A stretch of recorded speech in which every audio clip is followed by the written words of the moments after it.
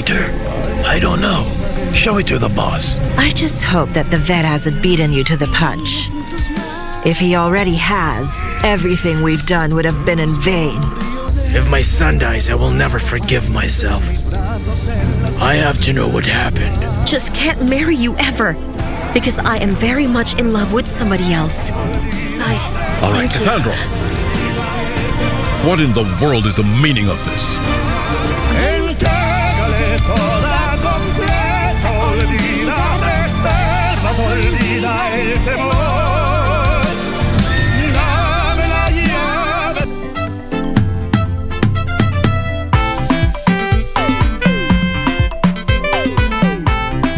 That's an hour of time we don't have, Farah. I say we listen to what Kenyanjui has to say, right?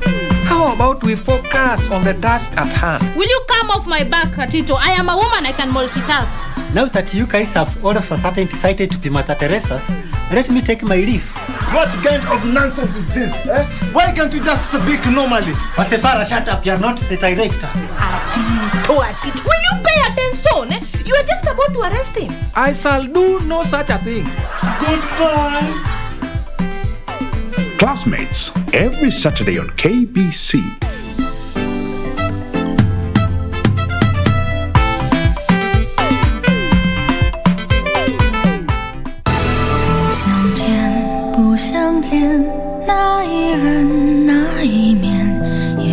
I want to send my men to investigate in Henan. Why? He's insane. He can't kill me. So he'll paint me as a criminal instead. Mr. Chief, could you please keep them open for at least another hour? At least allow our citizens outside to come in. How am I supposed to show him mercy? Where's the criminals? I want him questioned. I want a confession out of him. They need to be dealt with. Yes, sire. Wait. How could I forget about her?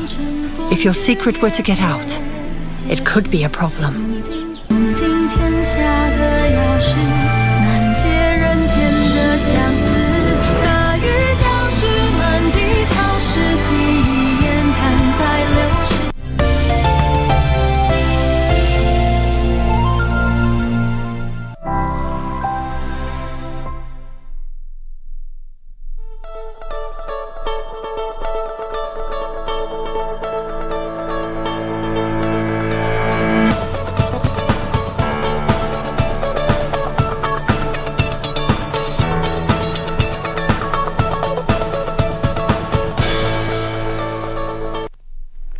Aha, all right, it's ladies' night today.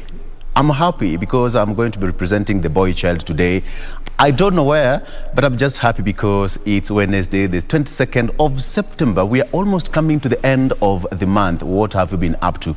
Good morning, Kenya, all the way from Homa Bay, all the way from Loyangalani, Moyale, Kiunga, Mombasa, whichever part of this country you're watching us from, we welcome to the show, and it's our pleasure to have you once again. We do appreciate you, as always, for waking up with us every single day. My name is Victor Ulo.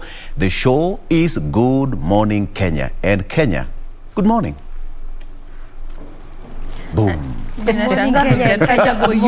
Somewhere there. And Oyugis Achuna. If you're watching from Oyugis Achuna, watu kutoka the other side of Tutala. Today we are not in green. Leo kila mtu ako na kala yake. The royal. Ile kala ya royal. Manyara. Chaneni na Regina. Aliamua kubambru. This baby is only 2 days old. Leave Can me she alone. just be? Ameamua kuvaa kalambru. Leo umekuja kututesa. Utakunywa nini? Tutadhuru. Utijali. Maraundi. Good morning, ladies. Good morning. How are you, Vic? Fantastic. My ladies, how y'all doing? We're good. Good morning. Good. And good morning to you. Thank you so much for choosing to start your morning with us here on Good Morning Kenya. I am Jane Wamboi, and as Victor has rightfully put it, today is the ladies' the day and the night for that matter. And it's also the day that we get to have our Women at the Forefront segment. And today we're going to be having Dr. Joyce Ngugi, who is the Deputy Governor for Kiambu County, joining us, talking about her journey, how life has been getting up to where she is today. So that is a conversation you definitely don't want to miss out on. And as always, we welcome you to be part of this and many other conversations that we're going to be having here on Good Morning Kenya. T. Good morning to you from whichever place you're watching us from. Kama kawaida, a packed up show for you, and in addition to everything, also on the roads this morning. Like I mentioned on Monday, the better part of this week, or better still the whole of this week up until tomorrow, we are just trying to focus on this bus rapid transit system, given the fact that it began with Thika Road.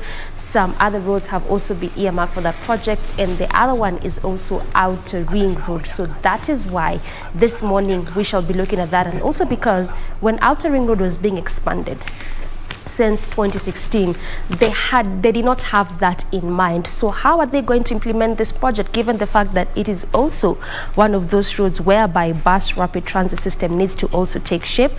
That is what we shall be focusing on today, even as we look at the entire traffic flow along that specific route and try to look at better alternative routes for you. Many thanks for making time. I'm Doreen Arange.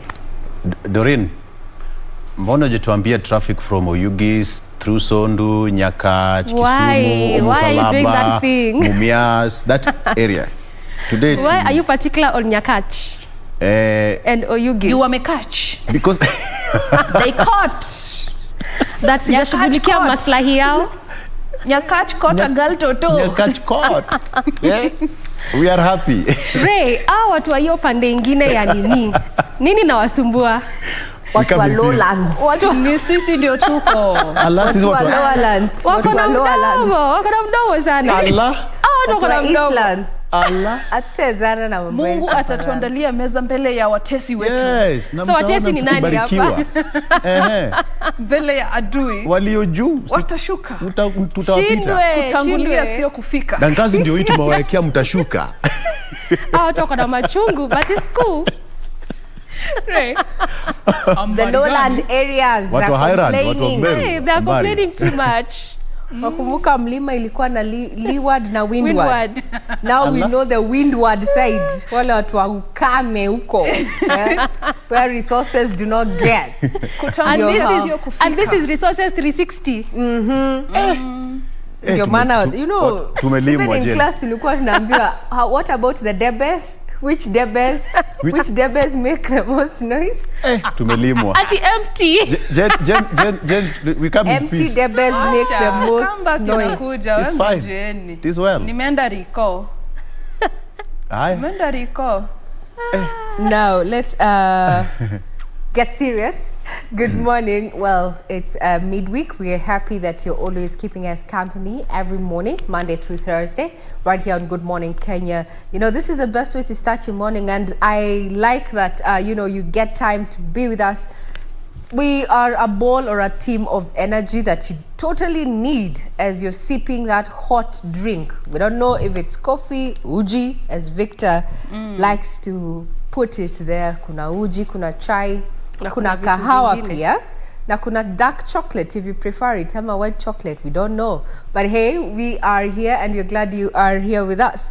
Well, I'm Regina Manyara. There's so much that we have lined up for you in as far as news updates are concerned. Remember, there's been a public uproar in regard to, you know, the hiking in fuel prices, and that translated to a debate yesterday where now there was a lot of blame game happening at the August House yesterday, and I want to quote what Duale said. Is that he said, that is Garissa MP Aidan Duale, that Uhuru had abused his veto powers to have his way whenever Parliament rejects the government bill.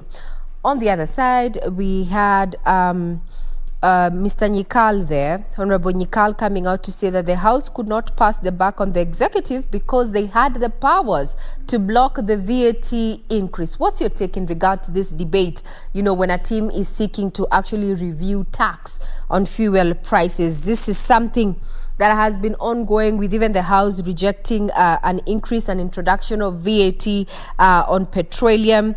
Then the president apparently at that point used his powers under Article 115.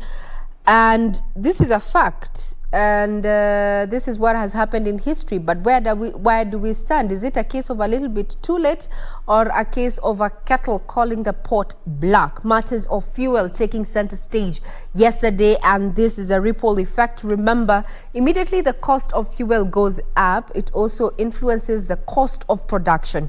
And what this happens, the buck is passed to the consumer, and that is you and I, Wanjiko, at a time when we're already feeling the impact of high cost of living. We have been just dealing with matters of COVID-19 and the disruptions therein. So we'll be keeping tabs on that. That is not just what we have. That's not all we have prepared for you in as far as news is concerned. They're also going to be looking at those stories that have been making headlines in the business world as well as sports. Just looking in as far as insurance is concerned, what has the last 1 year, half year been for underwriters? So do keep it right here. And we are live. We welcome your feedback. You can reach us on Twitter at KBC Channel 1 News is our official station handle. Mine is at Ray Manyara. We have a Doreen Arange, at Jane Wamboy, and at Victor Olo. Welcoming your views. Tell us where you're watching this broadcast from.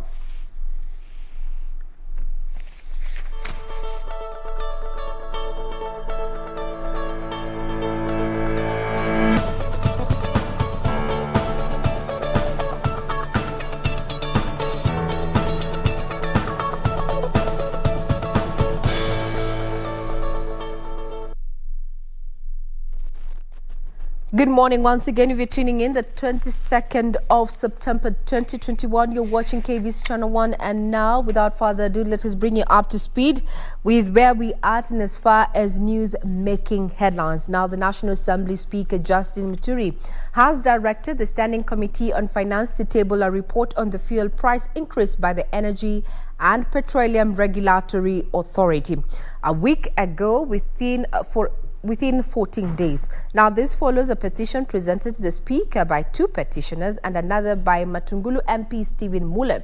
Muturi has also directed the committee to attach to the report a draft bill for approval by the National Assembly proposing legislative intervention. With the National Assembly firmly in the dock, accused of abdicating its duty of regulating expenditure and approval of taxation, the House resumed from recess with a full in-tray. Top on the agenda, the increased fuel prices that have attracted condemnation from Kenyans who feel the prices are a strain to the already rising cost of living. Two petitioners, Anthony Manyara and John Wangai, had already petitioned National Assembly Speaker Justin Muturi to have the National Assembly amend Section 13 of the Finance Act 2018 that imposes an 8% VAT on petroleum and petroleum products. Matungulu MP Stephen Mule had a similar petition. It is true that Kenyans are really overburdened. And by the way, all of us who have some background in economics and finance know very well that the moment you touch on energy costs, then you definitely, it would have a spiral effect on the economy and then overall cost of living. When COVID hit in March of 2020, production ceased in China and all the other countries, and the cost of fuel, the per barrel cost globally fell almost to $9 per barrel.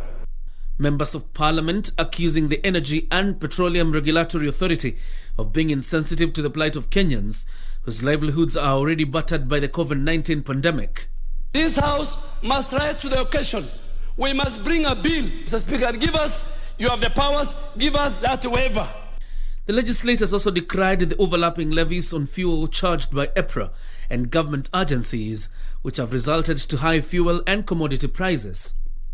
In addressing the concerns and prayers of the petitioners, the committee shall be expected to 1. Table its report within 14 days in view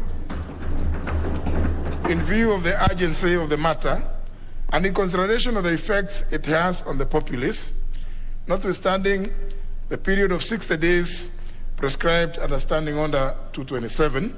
And seeing that taxation falls under the mandate of a standing committee on finance chaired by Homa Bay Woman Rep Gladys Wanga, Speaker Justin Muturi has directed that the committee summons relevant stakeholders and tables a report in the National Assembly in a fortnight. Well, that is what transpired yesterday at the floor of the House in regard to, a review of tax there in as far as fuel prices are concerned. There was a lot of blame game going around. We're going to be giving you further details as we continue also keeping tabs on that. Now, Sigalame High School in Funyula, Busia County, has been closed indefinitely after a fire razed down a dormitory on Monday night. The latest fire incident is the fourth since the school reopened this term. In Nairobi, 35 students were hospitalized after inhaling smoke following a dormitory fire at the Ofafa Jericho High School in Nairobi. Samia Sub-County Director of Education Dominic Opey said the students will remain at home until investigations into the cause of the fire is concluded. The locals, however, are pointing a finger to students who they claim are against the current administration. Na tunataka kuuliza security agents ya hapa iko wapi? Because we are told kila dormitory inakuwa run na watchman. Wakati wanachoma shule, watchman alikuwa wapi? Na kama ilikuwa kiajali last time, what are the mitigation measures? Parents Teachers Association Chairman Munyolo Ndumbi said that they will not return their children back to school until necessary safety measures are considered. Sisi kama wazazi tumesikitika sana. Tumeleta watoto wetu hapa kusoma, lakini ni kama tumewaleta hapa kuchomwa. Hii domu ambayo imechomeka mwisho, hii dome ni domu ya 4. Na hawa watoto walirudi tu wiki jana kuanza kusoma kabla ya domu ingine kuchomeka. Sigalame Boys has a population of over 1,600 students accommodated in 19 dormitory blocks. 4 of these dormitories have been reduced to ashes in the fire incidences. Kwa niaba ya wazazi wa shule hii nataka kuomba mwajiri kama anaweza kubadilisha mkuu wa shule hii na mpeleke kwa shule ingine na naibu wake, pengine tunaweza kupata utulivu kwa hii shule, kwa sababu tunapata ya kwamba kuna wrangles katika shule hii, wrangles kati ya wafanyikazi ambao si walimu na walimu. Meanwhile, 35 students of Ofafa Jericho High School in Nairobi are still hospitalized after inhaling fumes of smoke following a dormitory fire Monday night. In spite of all that we've been seeing and we've been hearing, our children are safe. The school is okay. The children in the hospital are being taken care of. We've been assured of that. Kwa wale ambao wenye wameadhiriwa wako hospitalini, wako sawa sawa, wanashughulikiwa. Kwa muda usiokuwa mrefu watakuwa wanaondolewa kutoka hospitalini, warudi manyumbani, wafanyiwe guiding and counseling. According to the school principal, Matthew Linge, the fire that started around 8:30 p.m. also destroyed students' belongings.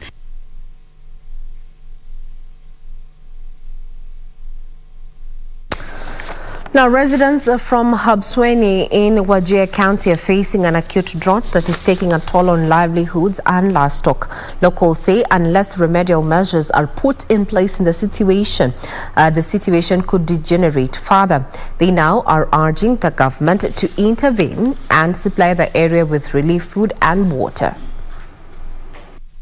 Hundreds of locals in Habaswein area of Wajir County are staring at starvation following years of failed rainfall. The situation is so dire that locals are warning that if nothing is forthcoming, then their livelihood is at stake. Responsibility, watu wakaaji, ile responsibility walikuwa nayo yote wameweka kando. Responsibility saizi wamefanya wanyama wale ambao walikuwa mistuni yote walileta nyumbani, wanapatia chakula kama watoto wao saizi. Mimi niko karibu na miaka 52, sijawahi kuona ukame ile leo Habaswein iko naye, sijawahi kuona. Tunaomba serikali ya Kenya ili isaidie wananchi wa Habaswein. Wakati huu ni wakati wa kusaidia, si wakati wa development. Sasa tunahitaji maji, tunahitaji nyasi. They say they have had to endure every hardship, going to the extent of purchasing hay from as far as Nairobi to save their animals. To survive, the locals are being forced to ration available food to sustain them, as tomorrow is not guaranteed. Kubatia wananchi ama watu chakula mambo yake imesahaliwa. Sasa ni kubatia chakula mifugo. Mifugo watoto hata wakilia haina shida kubwa, watabatiwa uji kidogo ni kitu kama hiyo. Lakini watu sasa wanategemea kubatia mifugo chakula. Many have to trek for kilometers in search of water and pasture, a move that has disrupted their livelihoods. They are now appealing to the government to come to their rescue and urgently supply relief food and water to save the situation. Now, Deputy President William Ruto says his bottom-up economic model will spur a revolution that will transform lives of millions of Kenyans. Ruto, who took on a whirlwind tour of Makueni County, said his economic plan will usher in a new era that will focus on creating a friendly investment environment that will put small businesses at its core. And 20 million shillings in Guinea. Ruto says based on his model, the thriving businesses will in turn generate income and create employment opportunities, especially for the youth. And that all these young people need a job, and it is the responsibility of government to create those jobs. And creating jobs for young people is not a favor from any government. It is a right. The DP saying he was committed to not only empower ordinary Kenyans at the bottom of the wealth pyramid, but also to unite the country. Vile tunaweka pesa ya kujenga shule ya CDF kila constituency 120 million. Next year tunaweka 120 million shillings ingine ya kusaidia mama mboga, bodaboda, mtu ya kiosk, nani waweze kupata pesa ya serikali ya kukopa bila kulipa interest ya juu, waweze kufanya biashara zao. Mnanielewa? Hiyo ndio kazi tutafanya next year. Wakati tunashughulikia wakulima, lazima tuwashughulikia wafanyabiashara wadogo. He challenged his opponents to compete with him on the platform of issues and development agenda for the country, as Kenya was past the politics of ethnicity and division. Nyinyi vijana mko? Nyinyi mimi nataka niwaambie, hiyo serikali tunaunda ni serikali yenu. And you have to make the decision yourself. A host of leaders who had accompanied him echoing same sentiments. Siasa Kenya mpaka ibadilike ili mtu wa kawaida afaidike zaidi kwa serikali yake, na mabadiliko haya ni nyinyi mutaleta. Withie Mukamba na Mumbokomo na Mturukana na Mulendile na Masai na Kikuyu na Njaluo na Waluya, wote wanaimba lugha moja ya umoja wetu. Kuhakikisha nyinyi watu wa biashara ndogo ndogo, watu wa biashara, watu wa mama mboga, muinuke muende mbele. Sawa sawa? UDA! UDA! Kenya and the United Kingdom have agreed to establish a system of mutually recognize each other's vaccine certificates for a vaccine passport program. Health Cabinet Secretary Mutahi Kagwe and UK High Commissioner Jane Marriott says there has been a significant public concern about the issue of vaccine certification. Following the removal of Kenya from UK's travel red list over vaccine discrepancy, the two countries have agreed to align their vaccination programs. The move will see Kenya and UK recognize their vaccine certificates for ease of travel.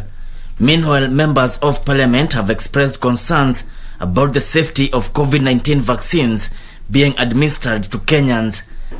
But I think as a country, which of course we beg because we cannot actually buy on our own, please, I would really request that you be careful on these donations.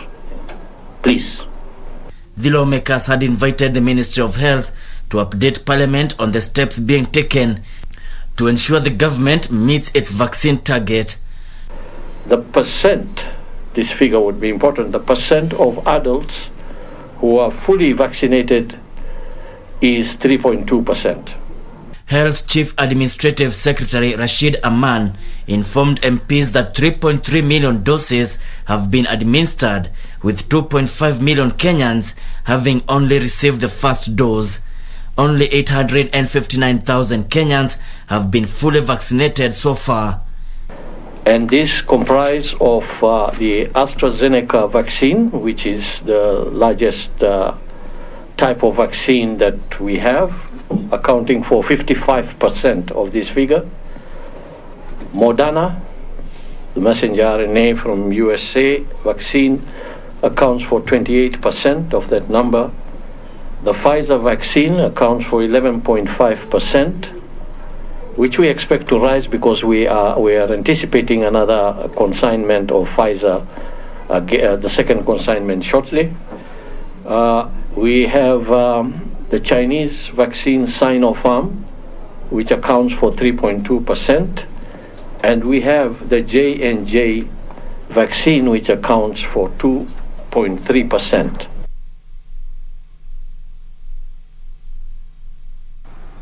Now to the corridors of justice. The 84 million shillings graft case facing Samburu Governor Moses Lenonkulal failed to kick off Tuesday after the prosecution witness stood down. The case will now resume on Thursday, and the ninth witness will take a stand. For this and more from the corridors of justice. Appearing before Milimani Senior Principal Magistrate Thomas Nzioka, the hearing involving Samburu Governor and others was adjourned after prosecution told the court that one of the witnesses had stood down. It's alleged that between the 27th of March 2013 and the 25th of March 2019, the governor conspired to commit an offence of corruption, namely through abuse of office, leading to unlawful payment of 84.7 million shillings to Moses Lenonkulal Oryx Service Station. The magistrate told prosecution to take responsibility for the adjournment. The prosecution must therefore take responsibility, and I emphasize that the prosecution must take responsibility for causing this case not to proceed for the further hearing today. That's your responsibility, not another person. The hearing will now continue on Thursday, the 23rd of September, with the 9th prosecution witness taking to the stand. So I'll grant you the adjournment with a caution that you go and prepare. Kenya shillings 2,500,000 from. Meanwhile, a business person, Abdurizak Ali Hassan, has been charged for obtaining money by false pretense. It's alleged that on diverse dates between the 30th of September 2020 and the 19th of October 2020, in the Central Business District within Nairobi County, with intent to defraud, he obtained a sum of 2.5 million shillings from a Mohammed Abdullahi Hassan of Briota International Limited by falsely pretending that he was in a position to supply him with 20 pieces of HP laptops and up to 14 pieces of HP LaserJet printers, all valued at 2.5 million shillings. Abdurizak Ali Hassan pleaded not guilty and was granted a bond of 500,000 shillings and a cash bail of 300,000 Kenyan shillings. Prosecution will give you witness statements, copy of the charge sheets and all other materials they use in your case. The case will now be mentioned on the 5th of October for pre-trial directions. Now, Kenya registered a 25% increase in road accident-related fatalities for the last 1 year ending September 20th. These details of this report will be coming up in not too long after this breather.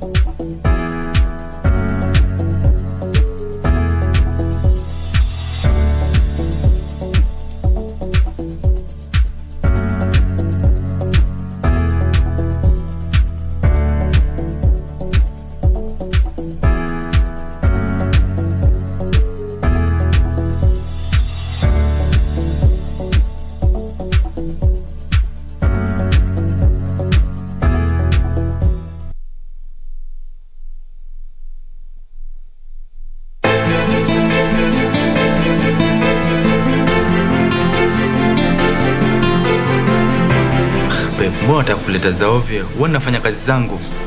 Lakini kila ninapokuita lazima unisikize na uniangalie.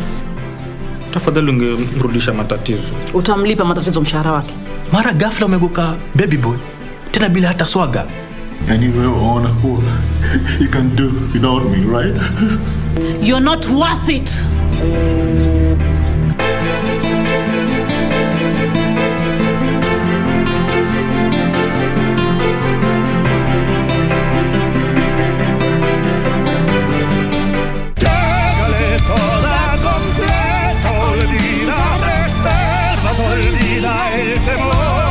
Hey, what is this? Come here, look.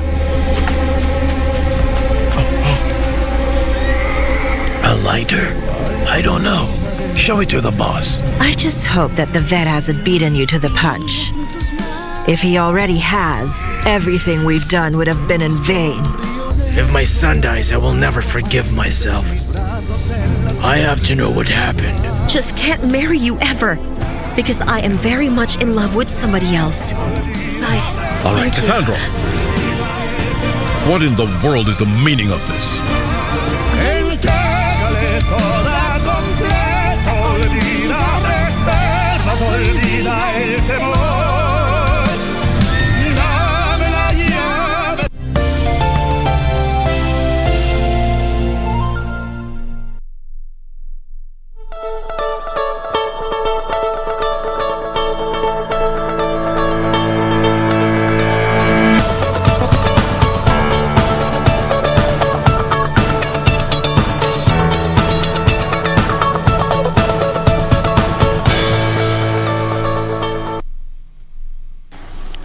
Good morning. If you're tuning in, this is Good Morning Kenya. We're just bringing you up to speed with the stories that have been making headlines in the last 24 hours. Now we cross over to the roads where Kenya registered a 25% increase in road accident-related fatalities for the last 1 year ending September 20th, as 652 people died, with pedestrians and drivers being the most affected. Speaking during a multi-agency meeting with representatives from NTSA and Kenya Traffic Police, Kenya Police Service Deputy Inspector General Njoroge Mbogwa called on motorists and stakeholders to exercise collective responsibility in a bid to lower the numbers. Kenya Police Service Deputy Inspector General Njoroge Mbugwa attributed the rise in accidents to an increase in the number of vehicles on the road, as well as pedestrians crossing from undesignated spots. There are no zebra crossings, there are no some signs, footbridges, and so on. So they just try to cross the road anywhere they find a chance of crossing the road. And it is evident that the people who are dying on the roads on daily basis, the highest number of casualties are pedestrians. Today, as we are talking, we have a total of 2,824 fatal accidents, with a total number of victims of 3,212. Sentiments echoed by the National Transport and Safety Authority, who announced plans to reduce the fatalities by 4% come the end of this financial year. For example, in a highway where the speed limit is 110 kilometers per hour, when you cross that bridge, or rather when you cross the road on such a road, you are likely to be hit. With collaboration with the roads agencies, we are trying now to come up with a program of all the areas where we have seen a lot of fatalities, so that we do a road audit and then inform the relevant authorities. Please put money here and rectify that. Motorists operating without valid inspections have also been put on notice.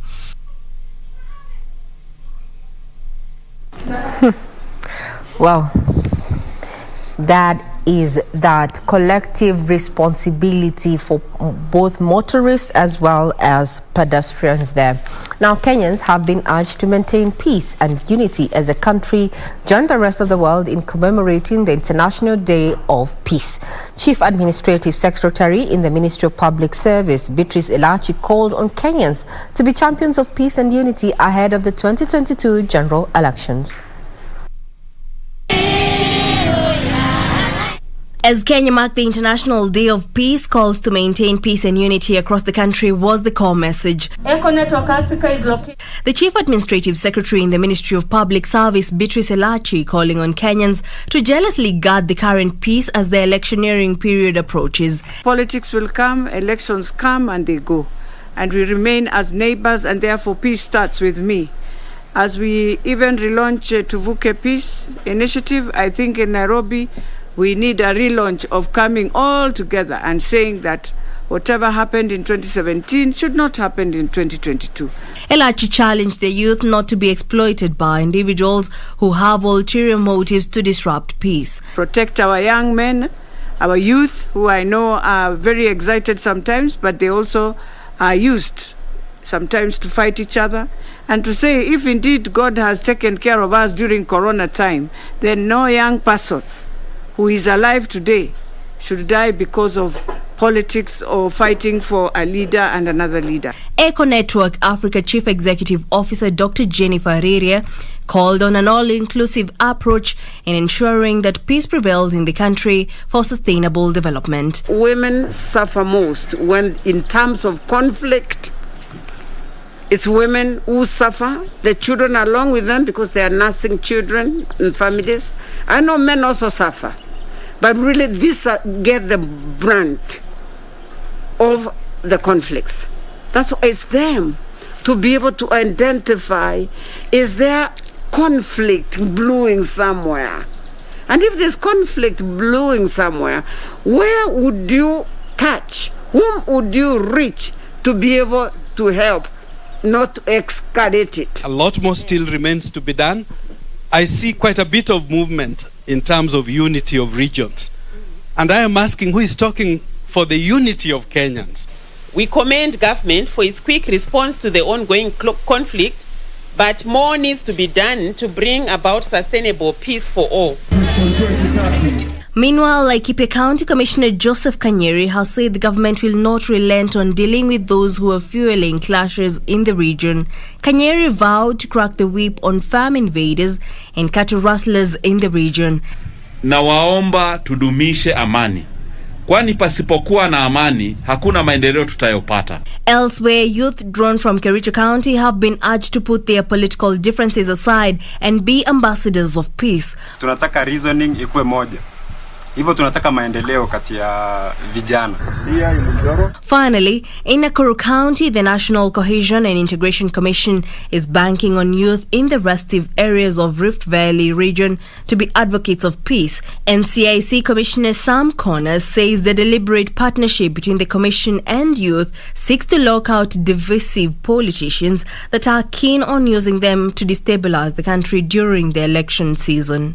So we urge the political leaders to exercise political decency, to open up the political space for all of them, and let them sell their policies and programs to the people of Kenya in a peaceful way.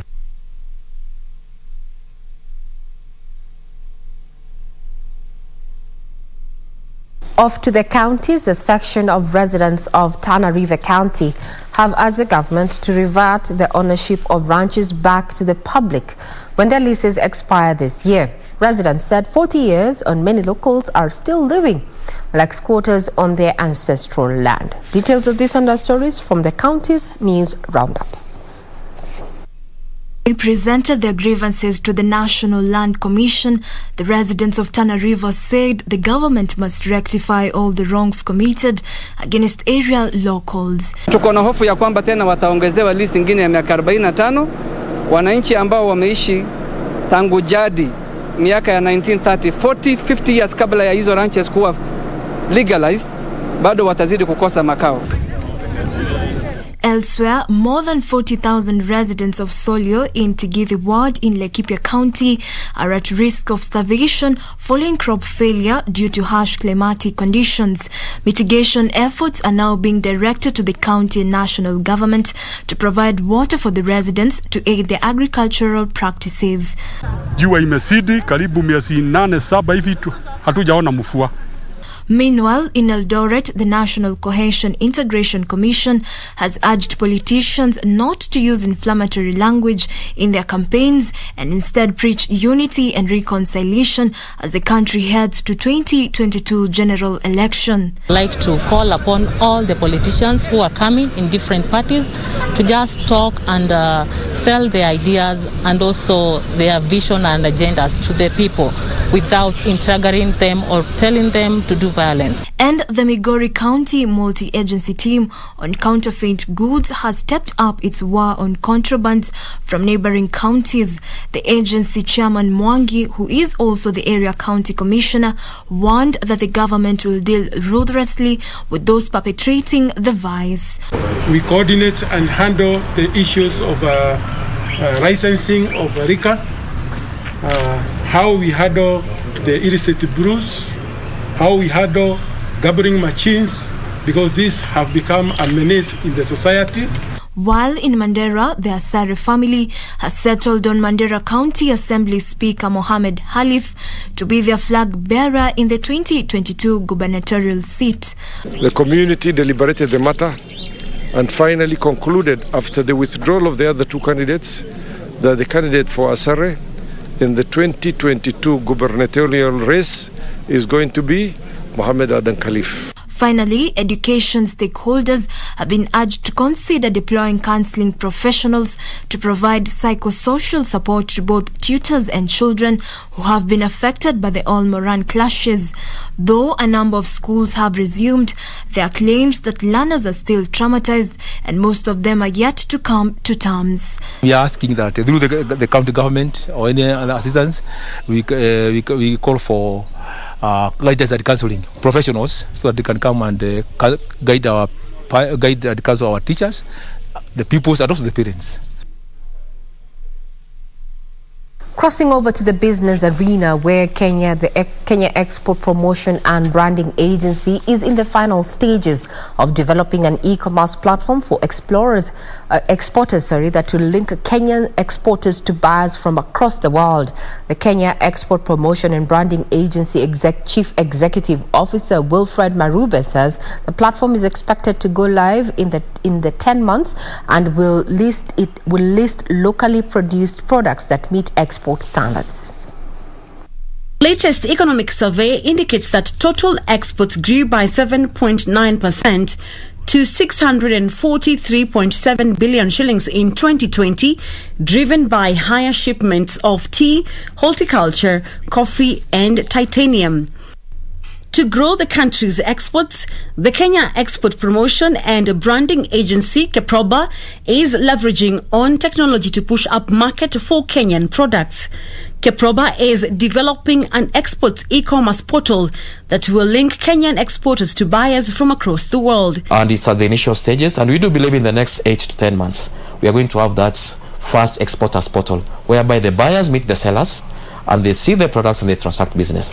Kenya has secured global digital market platforms such as Alibaba, where over 100 Kenyan products are being showcased, with talks ongoing with other e-commerce platforms such as Amazon, Dubai.com and Taobao.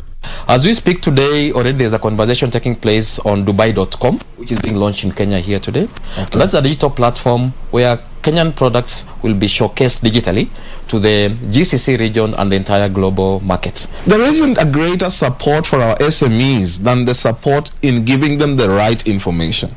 He urged entrepreneurs to harness that extra revenue by adding value to their products and ensure they meet export market requirements.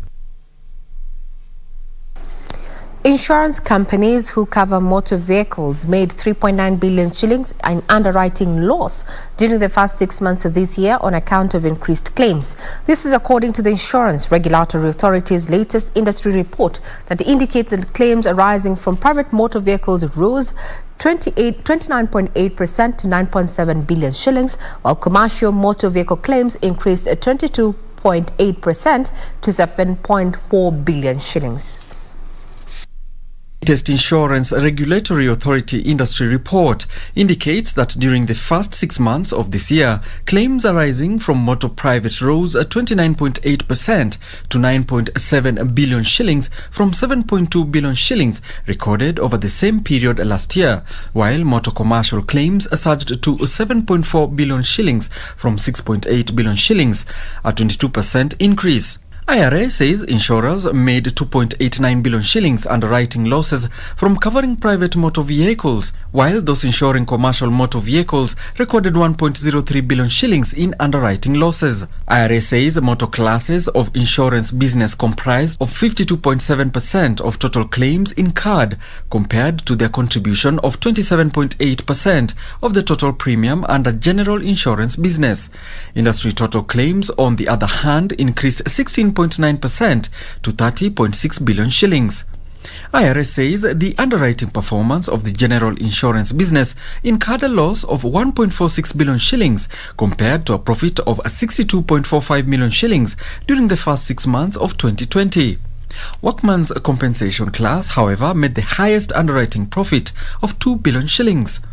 General insurance premiums increased 16.6% during the period to stand at 85.4 billion shillings. Medical and motor insurance classes led in general insurance business premiums at 34.5% and 28.8% respectively. Kenya Power Workers called off their strike notice following a meeting between the Kenya Electrical Traders and Allied Workers Union and representatives and Energy Ministry officials led by Cabinet Secretary Charles Keter that resolved key concerns. The union says some of the issues that had seen the workers pushing for dissolution of the board of directors would be addressed within a month.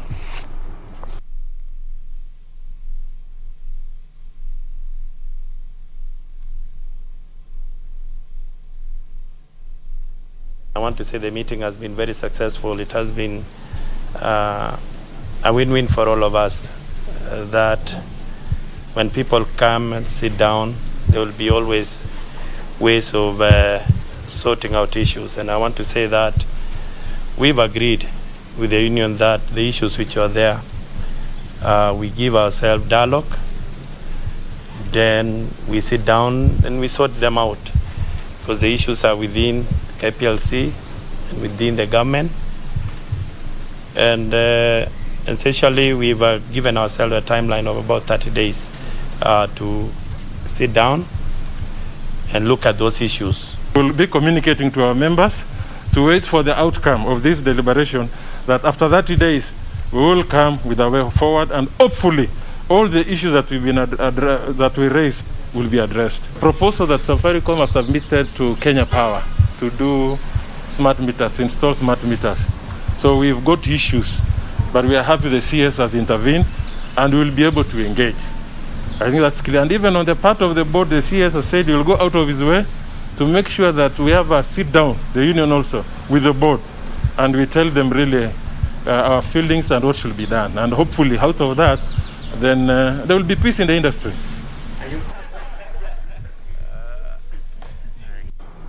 Youth-led businesses involved in garbage collection in Nairobi will be funded to promote dignified employment while raising environmental awareness. Meanwhile, 85% of the youth working in the informal sector do not have any form of formal education despite the skills they have, which is denying them a chance to work abroad. Despite the informal sector creating 90% of new jobs in Kenya and contributing 70% to the GDP, most of the workforce have no formal education. The Kenya National Qualifications Authority is addressing this under the recognition of prior learning program by formalizing the qualification of 5,000 artisans in a bid to assist them get employment. And use opportunities that are out there for our young people to get those jobs.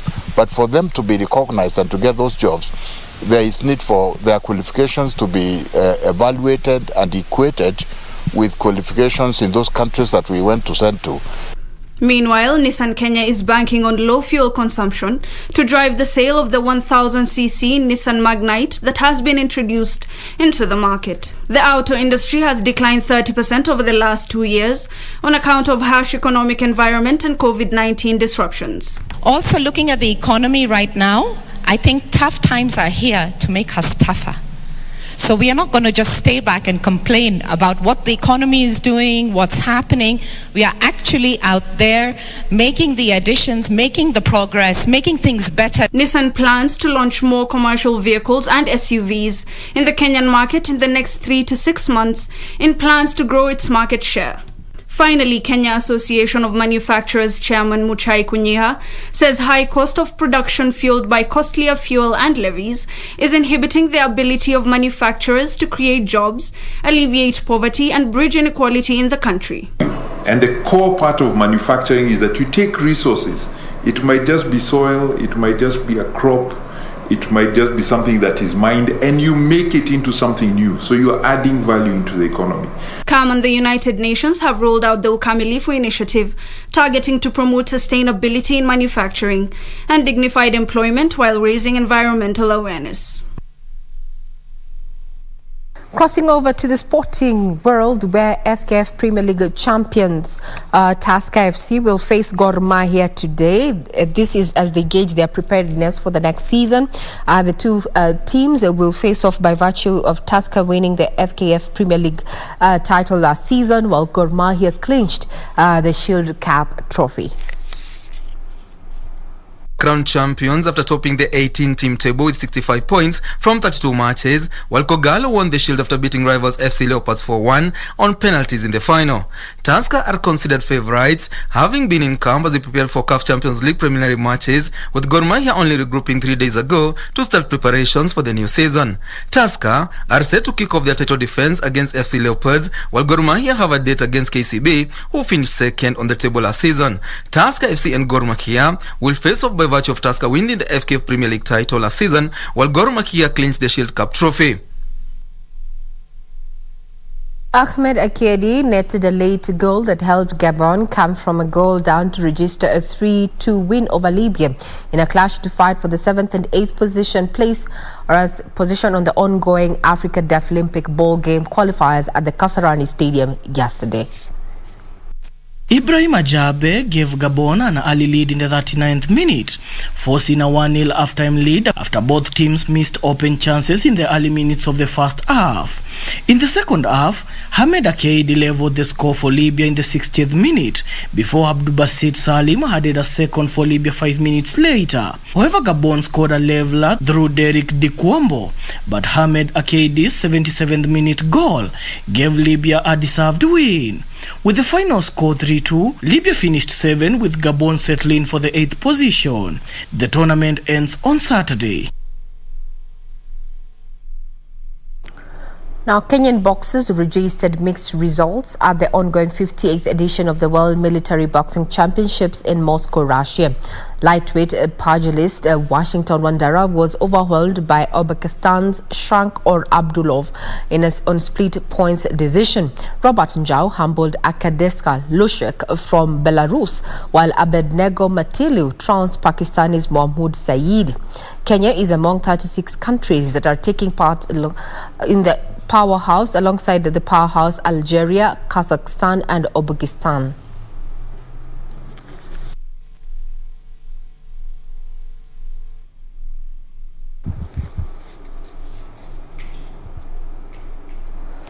Now, the national women's basketball team Lionesses will today take on powerhouse Mozambique in the knockout stage of the Women's Afro-Basket Championship in Yaoundé, Cameroon.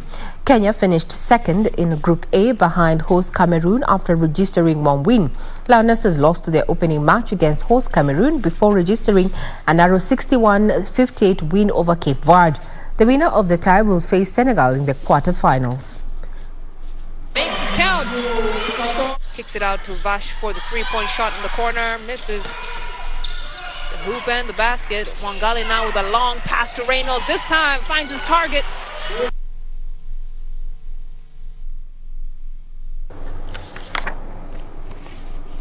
Well, that brings us up to Matters News. Be sure to check out our website, that is www.kbc.co.ke, for further details on those regarding those stories that have been making headlines in the last 24 hours.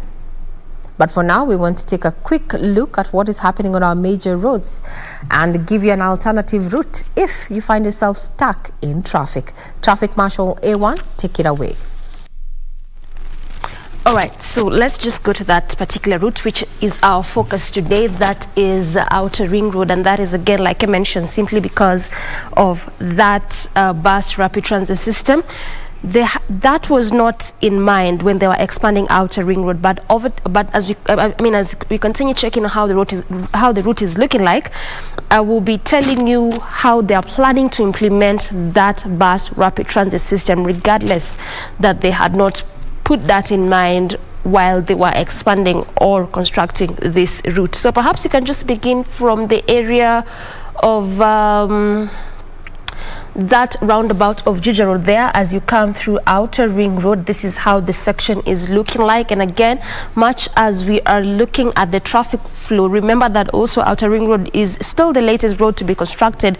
This is because Ngong Road is not yet complete in terms of construction there, and it also was one of those roads that was recording high number of death cases because after its expansion they had not installed the various footbridges at the different places. But as of now, at least some of them have already been installed, and according to Kura, 3 are the only ones remaining. But even at that, they have been positioned at various areas, so it's just a matter of installing, and at least that will be done before they commence on that BRT along this route. So coming back the traffic flow, this is how it is looking like. Really heavy kind of traffic there on that section in between that Juja Road roundabout and Jogo Road roundabout there. This entire section, traffic building up, but at least on some section a bit of opening here and there. But then again, like I mentioned, there's just still a bit of roadworks along this route in regards to those 3 footbridges that are supposed to be installed at those various areas. But still coming back to the traffic flow, this is how it is looking like, not moving at all. In fact, on that section, just as you leave the roundabout, coming all the way at a standstill on that particular lane as you head over to the city center, and that is where we are seeing that maroon color, which is a clear indicator of that. On the other side, as you head over to branch to the sections or areas of Kangundo Road, not so bad at all, moving at a very, very swift pace on that particular lane. So much as there's a bit of a heavy traffic on some of this section, we still need not look at any alternative routes because at least it's opening up a bit on the area as you head over to branch off to Juja Road there, as well as on that section as you head over to areas of Tindwa, coming all the way to Jogoo, not bad at all, moving at a very swift pace. And this is how the section of Kangundo Road looks like. Again, not so bad. Just as you leave that stretch or that roundabout is where there's a bit of a traffic, but at least altogether a manageable kind of traffic there. That is how it's looking like in terms of traffic along Outer Ring Road. That is going to be our focus this Wednesday. And again, just simply because of the different ongoing roadworks along this route, inclusive of that bus rapid transit system.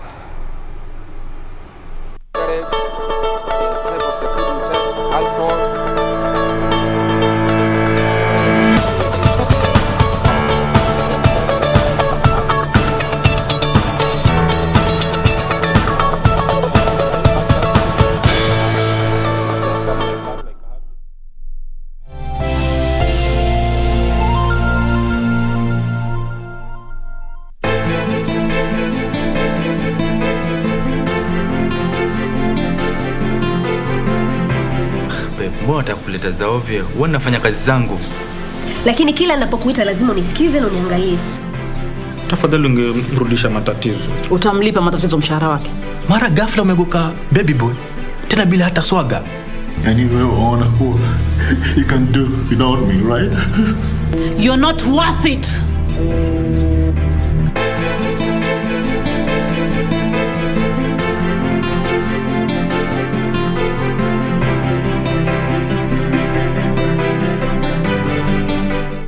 Try your best just to meditate it quick, Lord. Oh man, not telling her to dance it. Abding, Papa me chicken, tell her say, glory to the Master.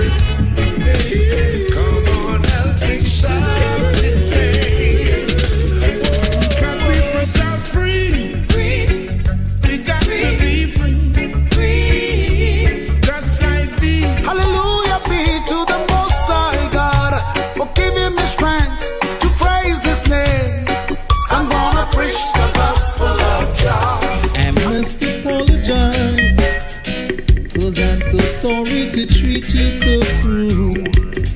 All whoever's wrong, seem I was only playing. Now a prophet, a messenger, and in the skies was angel Jibreel.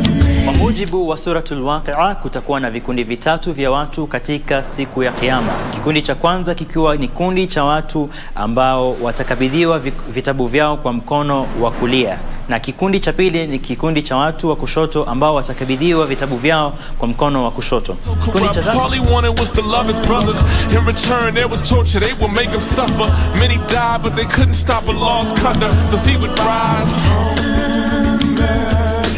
Peace be upon his soul.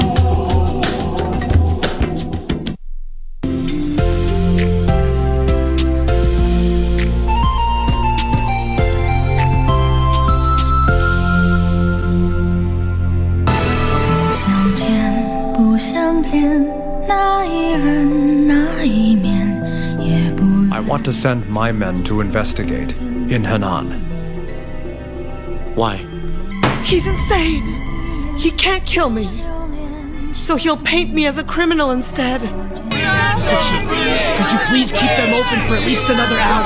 At least allow our citizens outside to come in. How am I supposed to show him mercy? Where's the criminal? I want him questioned. I want a confession out of him. They need to be dealt with. Yes, sire. Wait. How could I forget about him? If your secret were to get out, it could be a problem.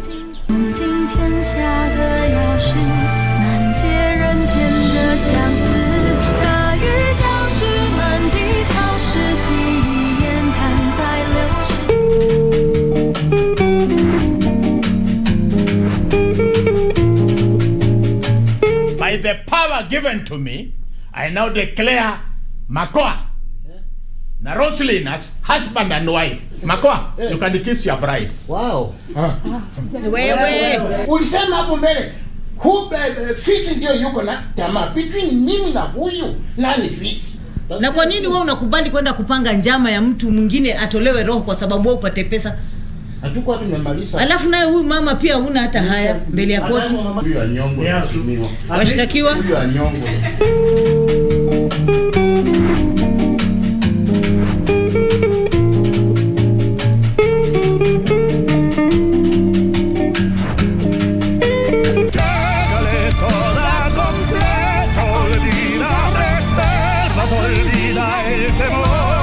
Hey, what is this? Come here, look. A lighter? I don't know. Show it to the boss. I just hope that the vet hasn't beaten you to the punch. If he already has, everything we've done would have been in vain.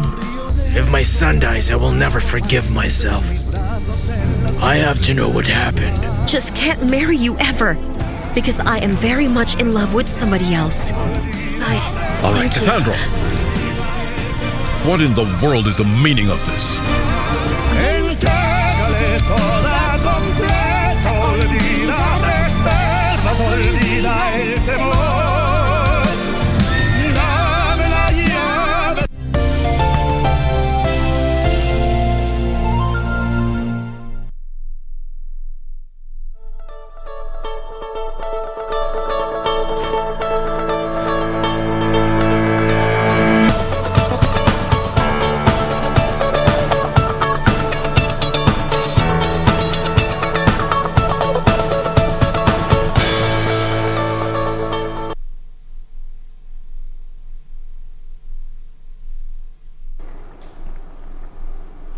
Good morning. If you're tuning in while watching Good Morning Kenya now, we just want to sample those stories that have been making headlines and captured by the various dailies we have here with us in studio.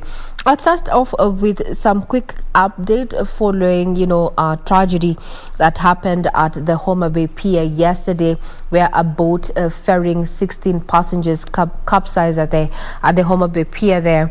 And believe the boat was heading to Kisaka, Suba North, where 2 persons have so far been confirmed dead, 6 were rescued. However, the fate of 8 still remains unknown. The rescue mission was suspended yesterday owing to bad weather, and our reporter Chola Simon is on that beat, and once he arrives there to just see as this day 2 of the rescue mission goes on, he will be giving us more details in regard to what is going to be happening in the course of the day. That's just one of the stories that we have been following up on. That's the latest development. We will be giving you details as we proceed in the course of this particular broadcast. I have a copy of the Standard with me. I can just skim through and give you what has been captured in the front page. Talk about matters of deep state. The conversation is back again. The untold deep state factor in clause polls. Now, reality check. Governor Francis Kimemia, former head of public service and influential operative in the Kibaki administration, lifts the lead on the system and reveals that what it can do in the event of a closely fought presidential election. Indeed, this is an article we need to, get into the details of. Now, as talking about matters of politics and issues of 2022 on the front page of the Standard, that's what we have as a big read, as well as a peak speak here. Raila Ruto throw barbs at each other. We saw what was happening there with the former Prime Minister Raila Odinga speaking during the burial of David Mushai, the founder of Molo Line Services in Elbagon, Nakuru, yesterday. At the same time, Deputy President William Ruto was addressing wananchi at Machakos Junction on his way to Nairobi after a 2-day Southeast Bloc Economic Forum at Oltukai Lodge in Amboseli. We have been seeing the push and pull there, with one faction pitting against each other. That has found itself on the front page of the Standard this morning. Then the conversation around the CBC. There's a special report here that seeks to unravel, the bittersweet of CBC and how the 844 system unraveled. That those who went through the 844 system are of the opinion that, we needed to just tweak what we had instead of having this new system that is, has caught the country by storm, so to speak. Some still struggling to adjust. We also have an appeal in court in regard to that matter, with some of the critics of the CBC saying that it has become expensive and education shouldn't continue, or rather fostering marginalization among the countries, or rather countries' populace, that is. So we'll be keeping tabs on that, as well as what is happening in Sudan, where now Sudan's failed. There's a coup and it failed. So what next for that state? We'll be giving you details of that, and as far as what is happening in the region is concerned. Matters business. State seeks to snoop on suspects. We've been having a conversation around the data privacy bill, as well as the cybersecurity bill. What you need to know is that ICT has been pegged to be a key driver of economies, and the fourth industrial revolution that we are currently seeing the globe gravitating to is being driven by ICT. So data is king. State seeks to snoop on suspects. So we'll be keeping tabs on that. That's what we have on the front page of the Standard this morning. Victor. From the Standard to the Star newspaper, let's go with that. Okay. On the front page, why Raila Ruto may sign MOU with Mount Kenya. Why Raila Ruto may sign MOU with Mount Kenya. Region's big guns are pushing for a rigorous process to identify their preferred 2022 presidential candidate. They're now to explain how they'll meet needs and realize aspirations. That is what is going to be happening according to a caucus that is now being formed ahead of 2022 polls. The region's big guns are pushing for a rigorous process to identify their preferred 2022 presidential candidate. That story continues there. You can take a look. And still on the front page, woman seeks exhumation of her daughter. City lawyer Harrison Kinyanjui's estranged partner has moved to court seeking to exhume their daughter's remains, arguing that there was foul play in her death. In an application filed at the commercial court, Tabiros Wamwitha has accused Kinyanjui of being a Freemason. The applicant herein believes that Harrison Kinyanjui practices and participates harmful religious practices known as Freemason. That is according to the court document. And that story also continues there. You can take a look. MOH says that no blood clots, 3 million people vaccinated. The country has not experienced any case of blood clot since it started issuing the vaccines in the fight against coronavirus. Health Chief Administrative Secretary Rashid Aman has said, and that is on the front page. And of course, we have got that picture of the DP. I think this one, either he bought a chicken or he was gifted a chicken. Yeah, on his tour at the Baguta, that is the Machakos Junction yesterday, where he had a meet and greet tour of the people. Now, there's a story here of bandits and two being arrested. Bandits storm Laikipia police base, seize gun. Security agents pursue the four who also took cop uniforms. That is, police officers are in pursuit of 4 bandits who stormed a police patrol base in Laikipia North Sub-County on Monday and took away with a gun and other assorted items. Now, area police boss Ensign Kaloki said that a team of General Service Unit officers and their colleagues from the Directorate of Criminal Investigations were pursuing the 4 who stole the weapon at a Waso police patrol base at the border of Laikipia and Isiolo counties. Now, let me quote him. On Monday noon, a group of 4 men, all armed with AK-47 rifles, went to the police post, and that is under Kimanja Police Station, and found Police Constable Elisha Okoth in the report office.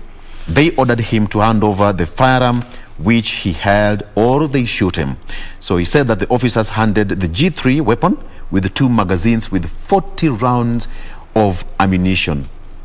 As they were leaving, Kaloki said that they broke into Okoth's house and took away his police uniforms, 2 jungle trousers, 1 jungle shirt, and 1 smoke jacket and 1 green jungle hat. Okay, so that's what's happening. And as far as Laikipia security is concerned, so far some calm and peace has returned, albeit not fully. So, woman, the story, or you can also take a look at that story where a woman is now seeking for the exhumation of the child's body so that a proper how do you call it? Post-mortem can be done to ascertain what happened. Through lawyer Dunstan Umari, Wamwitha claims that her daughter died suddenly on October 14th, 2017 at the MP Shah Hospital at around 6:30 a.m. after being rushed to the hospital at around 4 a.m. So that is what's happening in the corridors of justice. Okay, before I give it to you, Jen, there's that story of low uptake. The MOH says that there is no blood clots and 3 million people have received their jab. Rashid told MPs on Tuesday that 5 vaccines were being used are safe and have met the highest international health standards, yet fewer than 2% of population has been vaccinated because of vaccine hesitancy, according to him. So far, there are no blood clots, neither do we have any serious side effects of the vaccine, according to Ministry of Health. So 2.5 million Kenyans have received at least 1 dose each. Jen. Now let's come to the Daily Nation, and we start with the stories that have been featured here on the front page. This is a story that I believe has been covered on the Standard as well. Will Parliament end the fuel pain, as a team has 14 days to craft a VAT Act amendment, contrary to the 60 days that is normally required. And this was stated by Speaker Justin Muturi, citing the urgency to address the matter. So he did give the Finance Committee 14 days to craft an amendment to the Value Added Tax Act to repeal the 8% tax imposed on petroleum and petroleum products. We will be sure to give you details as has been captured on this daily. Coming to the main read on the front page of the Daily Nation, Karone spills the beans on are the cartels. Now, the system that was meant to capture, update, and relay land-related data has also been one that has exposed the dirt that lay inside the walls of Ardi House for decades now. So, in her own words, she said that if you were to look for people to punish for the mistakes that have happened in the ministry, then I am afraid you will be left with no one to do the reforms. Now, these reforms are in line with this project that has been underway in the Ministry of Lands for the past 3 years to try and digitize all the records there. But now she has actually come out to say that the rot that is there is so deep-rooted, so deep-seated. If they were to try and punish someone, she would be left with no one to help her undertake her responsibility in the ministry. We'll be looking at those details in a few. Mother's painful farewell message to the dead children. This is in regards to the story that was on the dailies yesterday following the death of the 2 children that were rather suspected to have been killed by their father through the injection of insulin.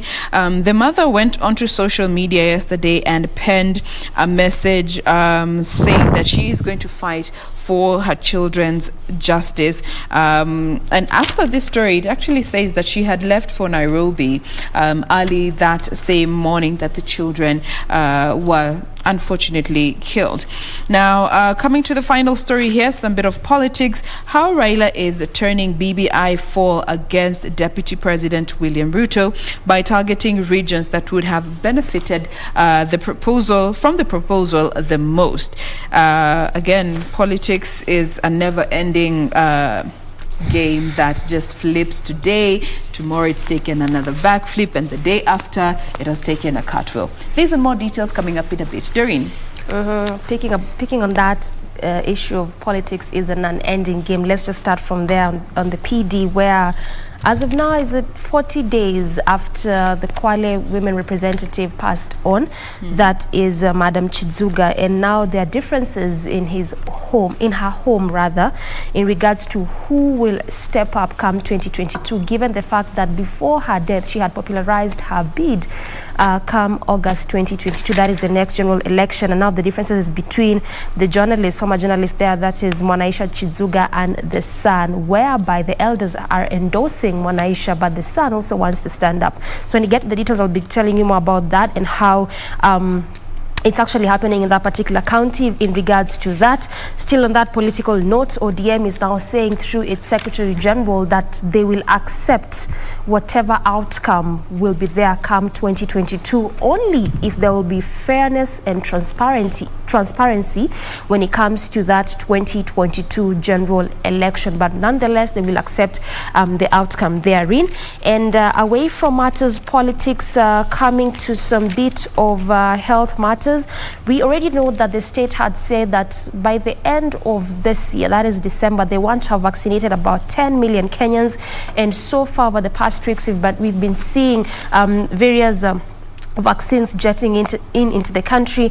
But now it just turns out that there's limited supply of COVID jab, and this hinders what the state had said. So will it come to fruition, in terms of vaccinating these persons together with the children as well as those in the rural areas, knowing that they had brought out different ways to implement this kind of exercise, given the fact that right now they're saying there's limited supply of these kinds of vaccines, especially those that are undertaken with the first and the second doses.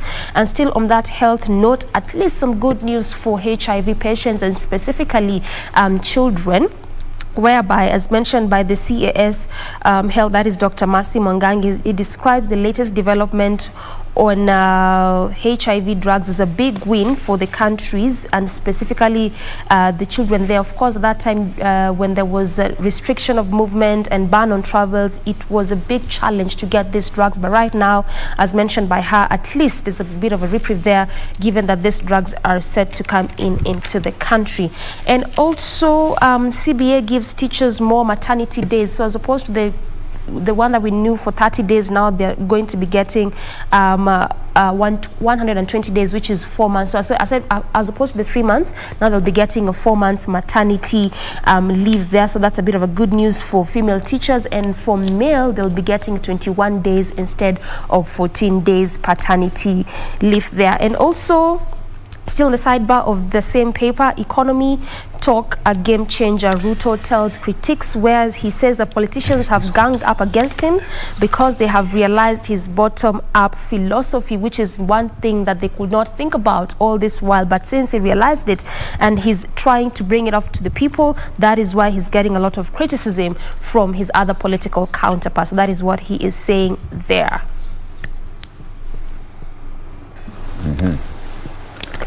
Now, talking about the details, I'd want to just give you a sneak peek and quote, or rather paraphrase what Kimemia had to say in regard to matters deep state. There's been a conversation about system, deep state. Now, Kimemia has fallen short of saying that deep state had the powers to subvert an electoral process. This was captured in one of the major TV stations that we have in the country, where he was having an interview there. And he said, and this is what that is a Kimemia Nyandarua governor, and I'm quoting it as he said and has been captured in this particular daily. Mr. Kimemia fell short of saying that the deep state had the powers to subvert the electoral process and violate the will of the people.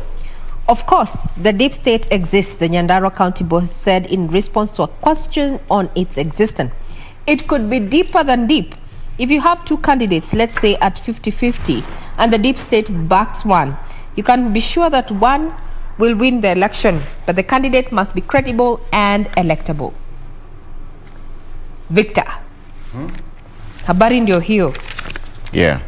We have been talking about matters of deep state in hushed tones. You don't know exactly what you're saying deep state is going to come for you. But now, Francis Kimemia, Nyandarua governor, there in an interview aired in one of the national, the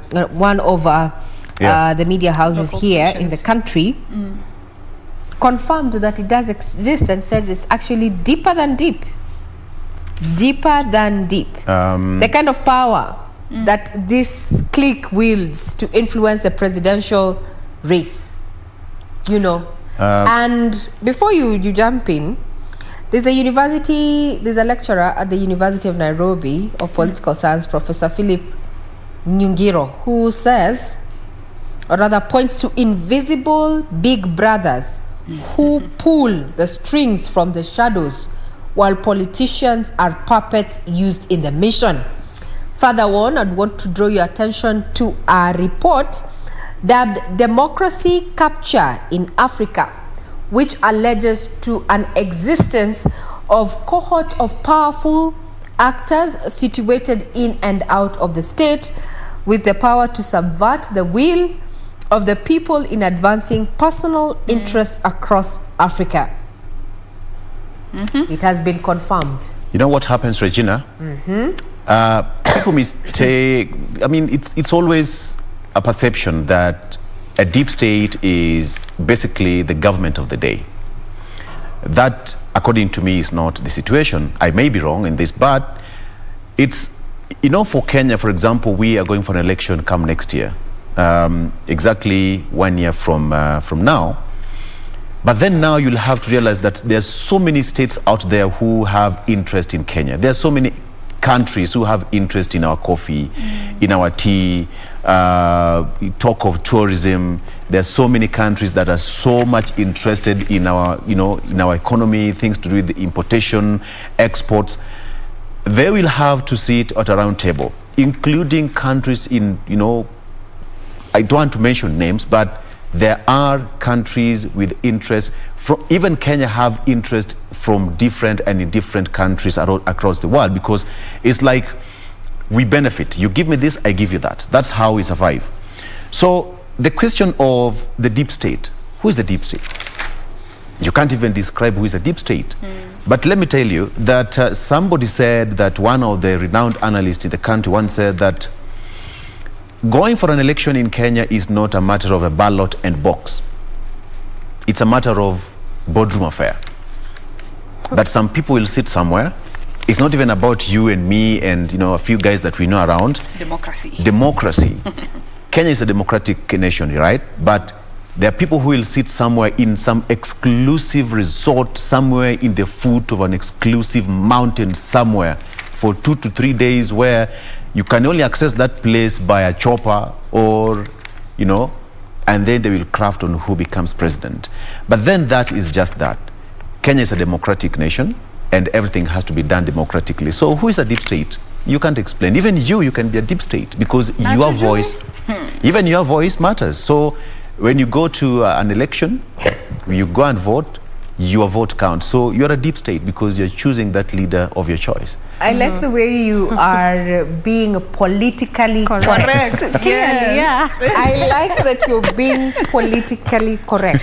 He has presented the conspiracy theory. And then you come and reverse Africa is our business, my friend. Africa is our business. Yes. And business is in Africa, right? As we speak, we all know that there are things that are very good on paper. Yeah. But when it comes to the implementation, it's crazy. It's tough because you know what? Like for example, when we have this issue of why Raila Ruto may sign MOU with Mount Kenya, this is a whole form of negotiation. And why are they doing this? It's because everybody has interest on that political seat, the presidency. Everything is strategic. Everything is strategic. There's nothing accidental in politics. Nothing accidental. And I'm actually There's nothing accidental, Doreen. I'm stuck on that part that you mentioned. There's some people who might go mahali kwa mountain, huko ndani, where you can only arrive by a chopper. Yes. And I'm so sure, just like me, a good number of Kenyans might ask, then where is the place of democracy? Or are we saying that democracy is based on how that country thinks what democracy is for them? Because, for example, if I were to be the president, all right, let me talk about myself. Different nations will ask me, Victor, what will you give us in return? Kenya is a nation full of tourism destination sites, centers.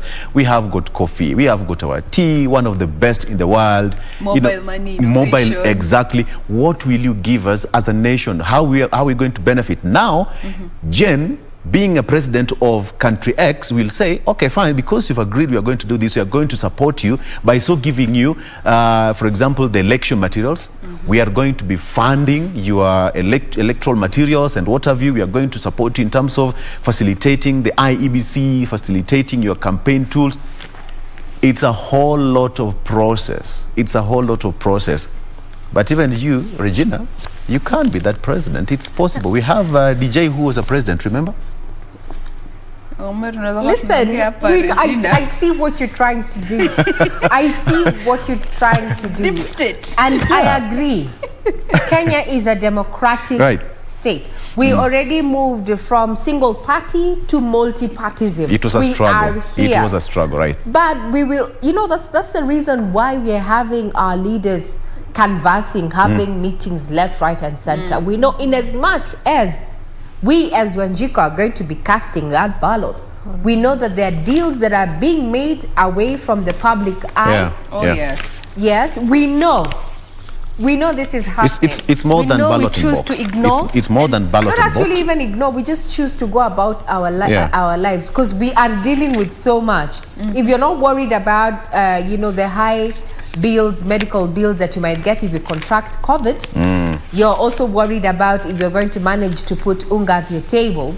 You're also worried about if you're going to have that money to, get you to the office and back. I mean, fuel prices are up. Kenyans are dealing with so much.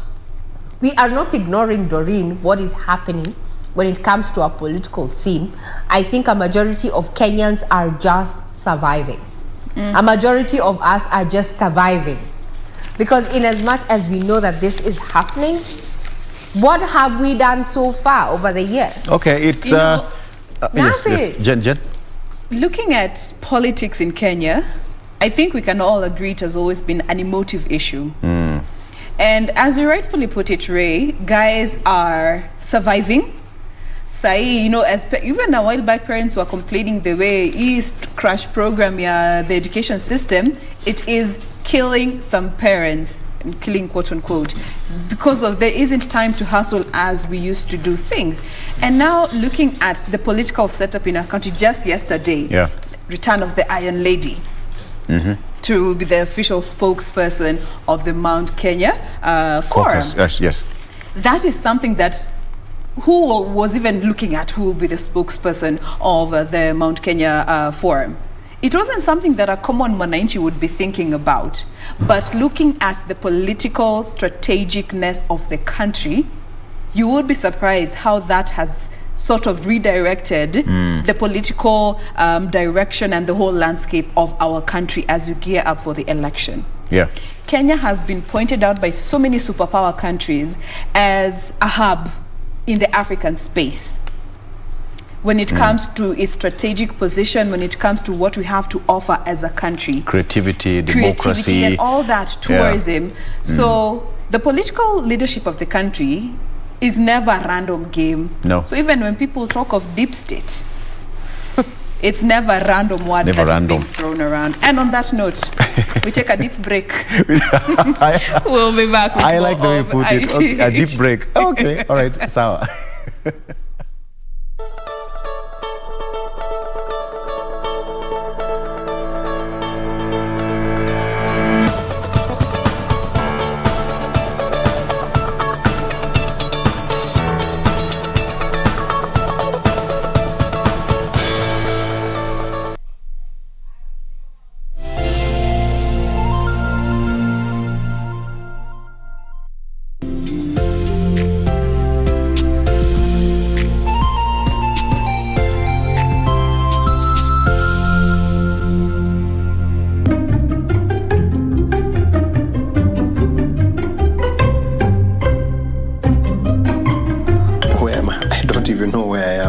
I don't want to hear a peep until morning.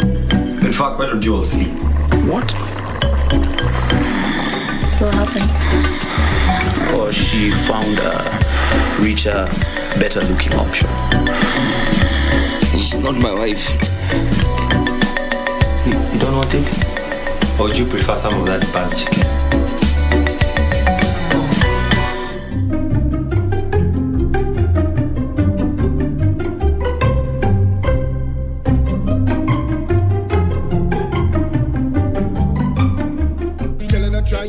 Just to meditate it quick, Lord. Oh man, not telling her to dance. Abding, Papa me chicken. Tell her say, glory, glory to the Master. Come on, Eldrick, shout this name. Oh, can we press out free? We got to be free. Hallelujah be to the Most High God for giving me strength to praise His name. I'm gonna preach the gospel of God. I must apologize, 'cause I'm so sorry to treat you so cruel. All the was wrong, seemed I was only playing.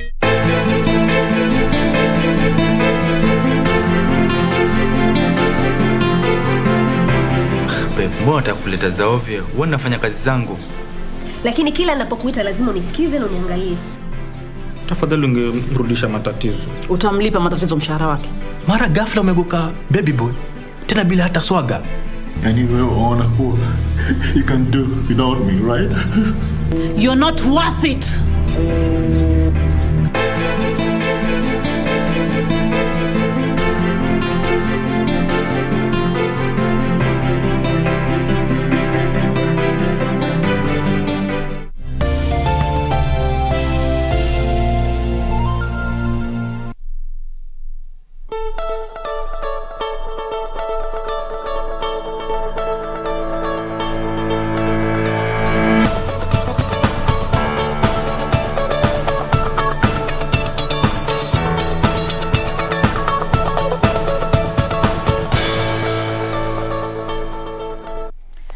Welcome back. We are glad you are still with us. We want to continue with In the Headlines. Remember, we are using the hashtag Good Morning Kenya on Twitter.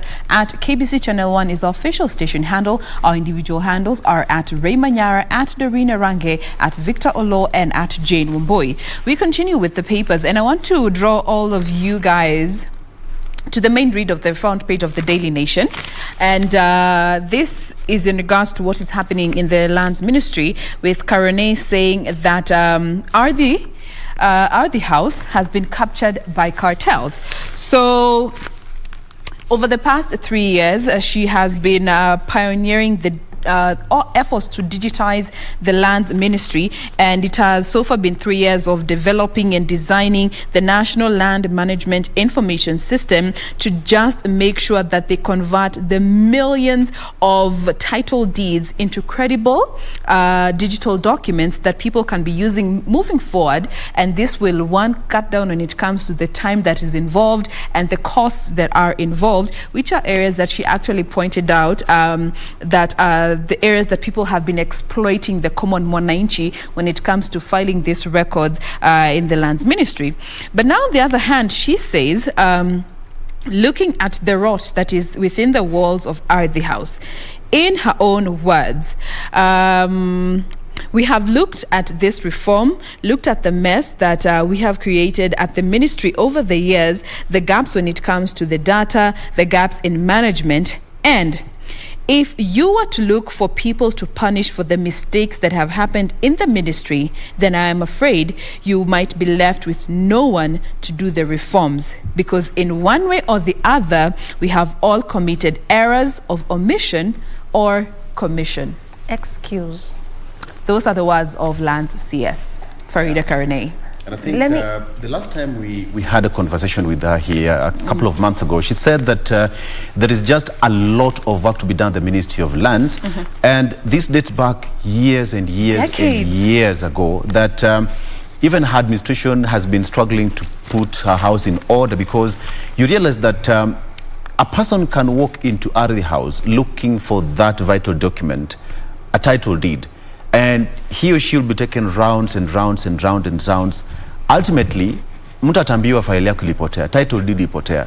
This did not happen at the Lands Ministry. This did not happen at the Quantity Surveyor's office, this and that. So there's a lot of, according to her, there's a ring of cartels that is operating in the corridors of Lands Ministry, Ardhi House. But then now, her biggest headache as it is, and she's confirmed that it's going to be a tough move to fire everyone. Atabaki peke yake, you get what I'm saying? So it's from every person, it's like a chain, from this person to the next person to the next person. By the time you're getting a title deed, it's a struggle for so many people. But she's determined to have reforms in that building, Ardhi House. But in essence, she's also saying that the very same cartels that have been tormenting Kenyans for this many years are the very ones that are still in control to just helping the ministry still stand and deliver to Kenyans. Yeah.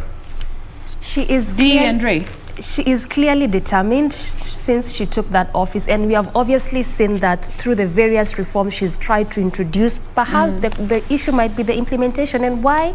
Because of those cartels. All these issues that Kenyans had when it comes to the land as a whole, it was because of these people. Because then how then do you go to this space, the Ardhi House, ask for your title deed, round in circles for even years, and then the last statement, perhaps after 3 or 5 years, is that it's missing. And then these are the same people who are supposed to implement these new reforms. Will it even work? Will it be successful? And all why? Because if I fire all these people, then they wouldn't be implemented. So then how do you implement these new reforms with the same persons who are the ones causing mayhem in that kind of institution? Does it even make sense? And then where is the place of integrity? I mean, if every person who is in position of power or leadership keeps saying, I can't do A, B, C, and D because nitakosa watu kufanya this C, D, and E, will things ever be done? Will things ever be in the right way? First, with what she's saying, for me, I find it, and I'm trying to be very humane, and I want to say it with the most dignity I can master. I found that statement a bit too careless. Why? You are seated at the top of that organization, when you say that what you are handling has been captured and that if you were to take action, you'd end up working alone. What does that say to us who are waiting to see what you have done with that duty that you've been given by virtue of being at the top, at the helm of that firm, or rather that institution? What have you done?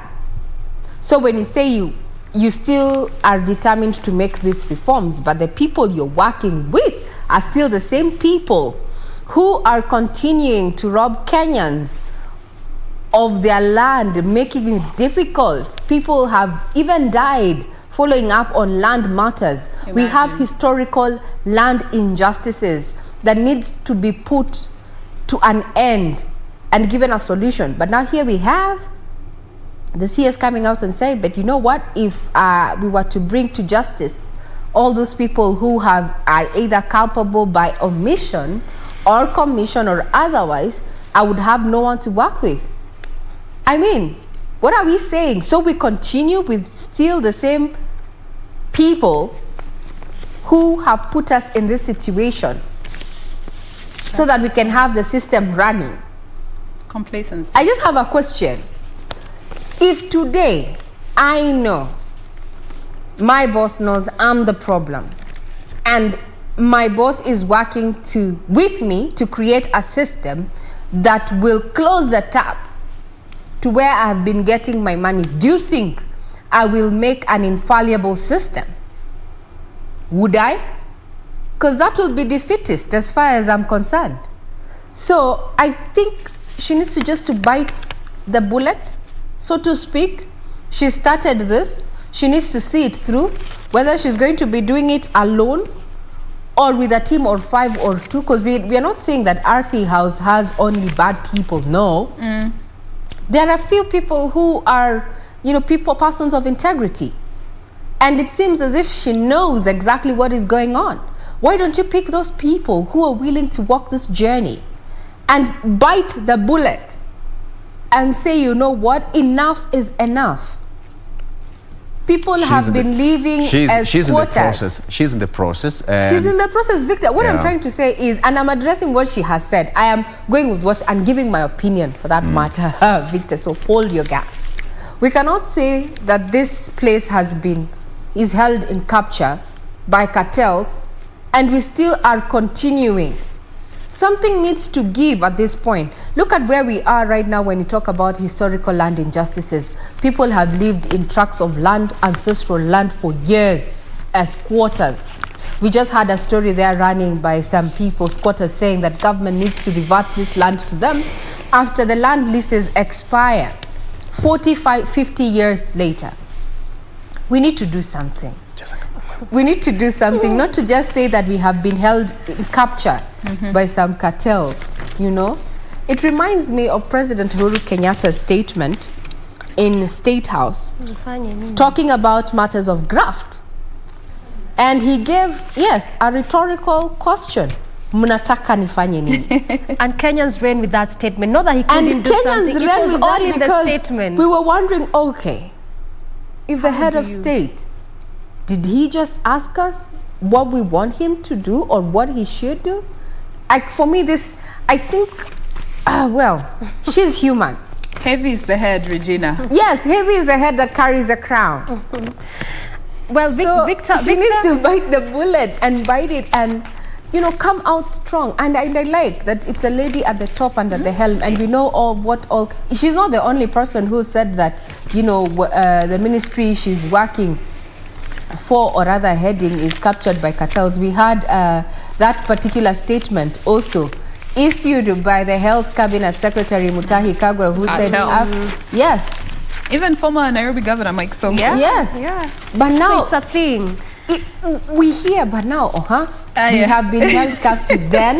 But let me just say, I think Victor could be right, because he had a conversation with her some time. But I think just because of that position of power that you have as a person or as a leader, sometimes you need to choose your words, perhaps correctly, because such kind of words is what would make people, and even Kenyans, wonder, if a leader could tell us this, then where are we as a people, or what can we even do as a people? Will we ever have those issues resolved? Yeah, that's the question. Because That's, of that for statement. me now, my heart is pounding because I have a land issue. Regina Horera, it's very emotive for you. Yes, so I have a land take issue. a step back. Will it ever be And resolved? As we move from this particular story, this also reminds me of devolution in itself.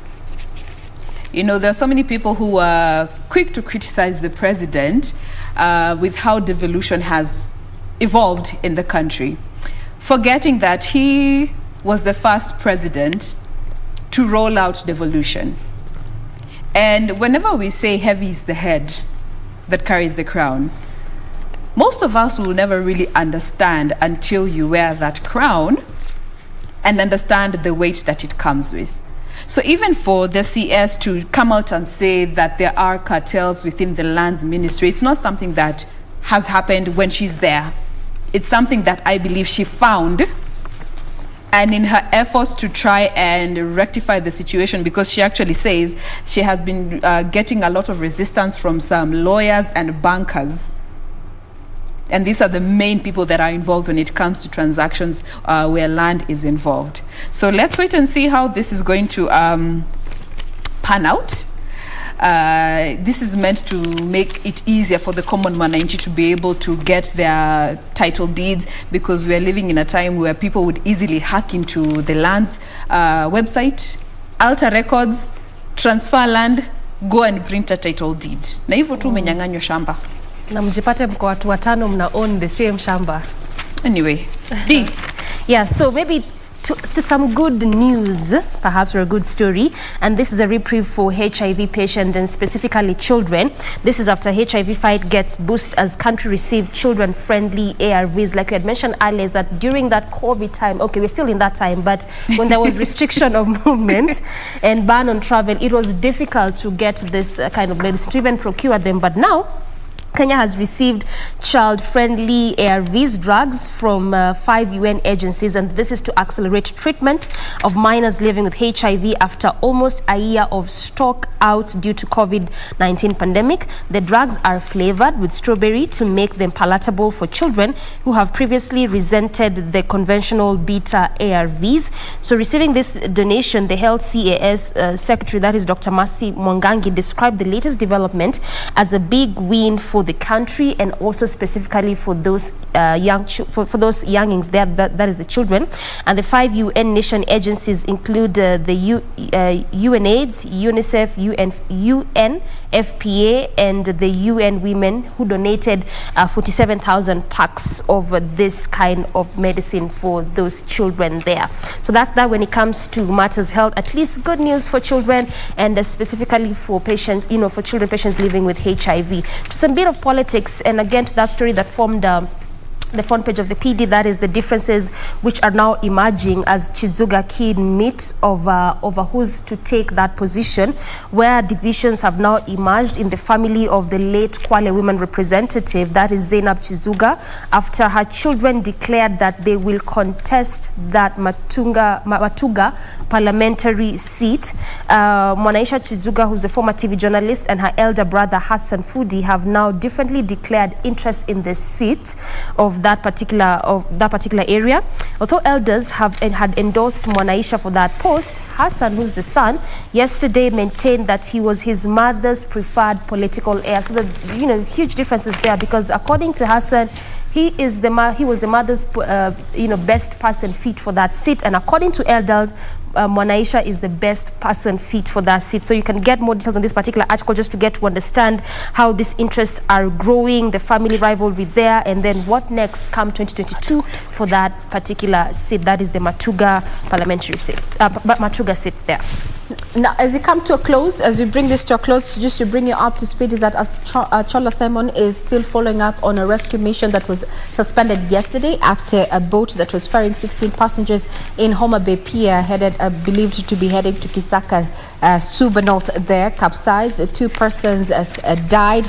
The whereabouts and the fate of 8 still remains in the balance after 6 were rescued yesterday. We'll be keeping tabs on that, as well as what is happening in the political scene and matters business. Remember, There's a proposal to have those suspected of engaging in financial crime and money laundering will have their communication intercepted, their SMSs, WhatsApp calls, and such. This is a part of a proposal of the Proceeds of Crime and Anti-Money Laundering Amendment Bill of 2021 that proposes suspending the rights to privacy under Article 31 of the Constitution for people suspected to be violating the law. You can get further details on our website, that is www.kbc.co.ke. I'm Regina Manyara. I wish you a great viewing ahead. In the meantime, let's look at how those major roads are looking like at exactly almost 30 minutes past 8 a.m. Over to you, Doreen. All right, time for us to just quickly look at how the roads are looking like, and I wanted to show you why we will be looking, or why we are looking at this specific route today. This is actually Outer Ring Road. Like I mentioned, the latest road to be constructed. Of course, we still know that some roads are still being constructed, but when it comes to proper expansion like what we see here, this one is the latest. We are currently seeing the same also happening along Ngong Road, but that is not yet complete. But this one is already complete in terms of also the non-motorized transport system is already put in place. The various footbridges have already been installed, just perhaps 2 or 3 remaining at various other areas, but majorly it's already complete in terms of construction, opened up to the public, and this is how it's looking like. So But this road was being constructed in terms of that expansion. They hadn't quite put in mind that bus rapid transit system. But so far, what we know and what the state is trying to do is try to see how best they can just reduce traffic flow on most of these major roads here in the city and even beyond. So this is actually one of the major reasons to why the road was expanded. This is Outer Ring Road. It didn't look like this before, around 4-5 years ago. So it was expanded to at least make it easy for vehicles, for the car owners, as well as for pedestrians and various road users along this route and even beyond. And in addition to that, that is why BRT is coming into shape, also coming into form along this route.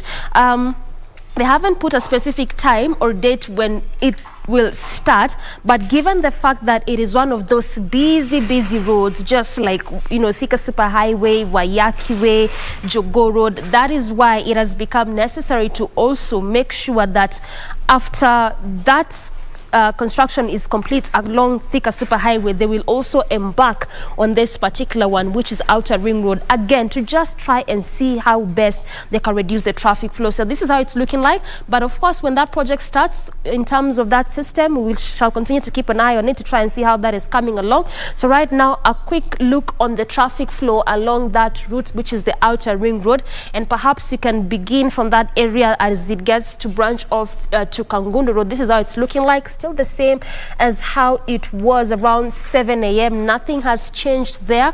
Just still the traffic building up around that section. Obviously meaning a manageable kind of traffic. That's why you're seeing that orange color, which is a clear indicator of that. But majorly also why we're not really seeing heavy kind of traffic is because of that expansion that happened along Outer Ring Road.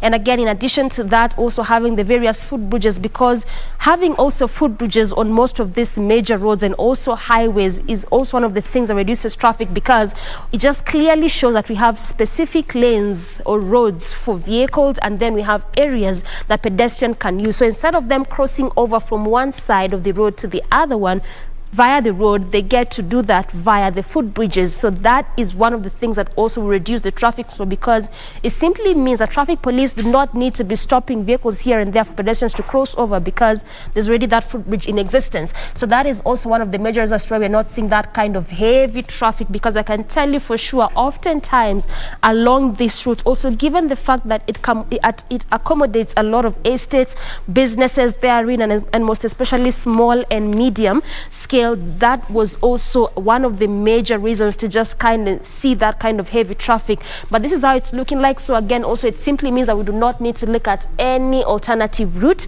as of now. And yes, just again showing you how it's looking like. That is Outer Ring Road, clearly just trying to bring to your attention that it will still remain a key road of focus up until we see that BRT taking shape.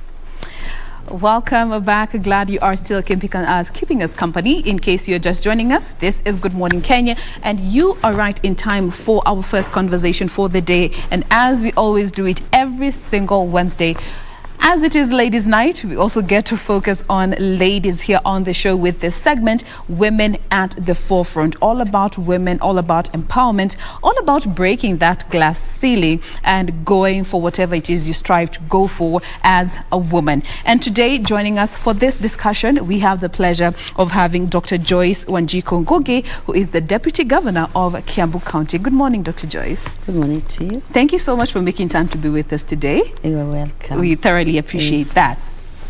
Again, comments, clarifications, questions in line with this discussion, we will welcome you to be part of this. Use the hashtag Good Morning Kenya on Twitter. Our official station handle is at KBC Channel 1. My handle is at Jane Wambui.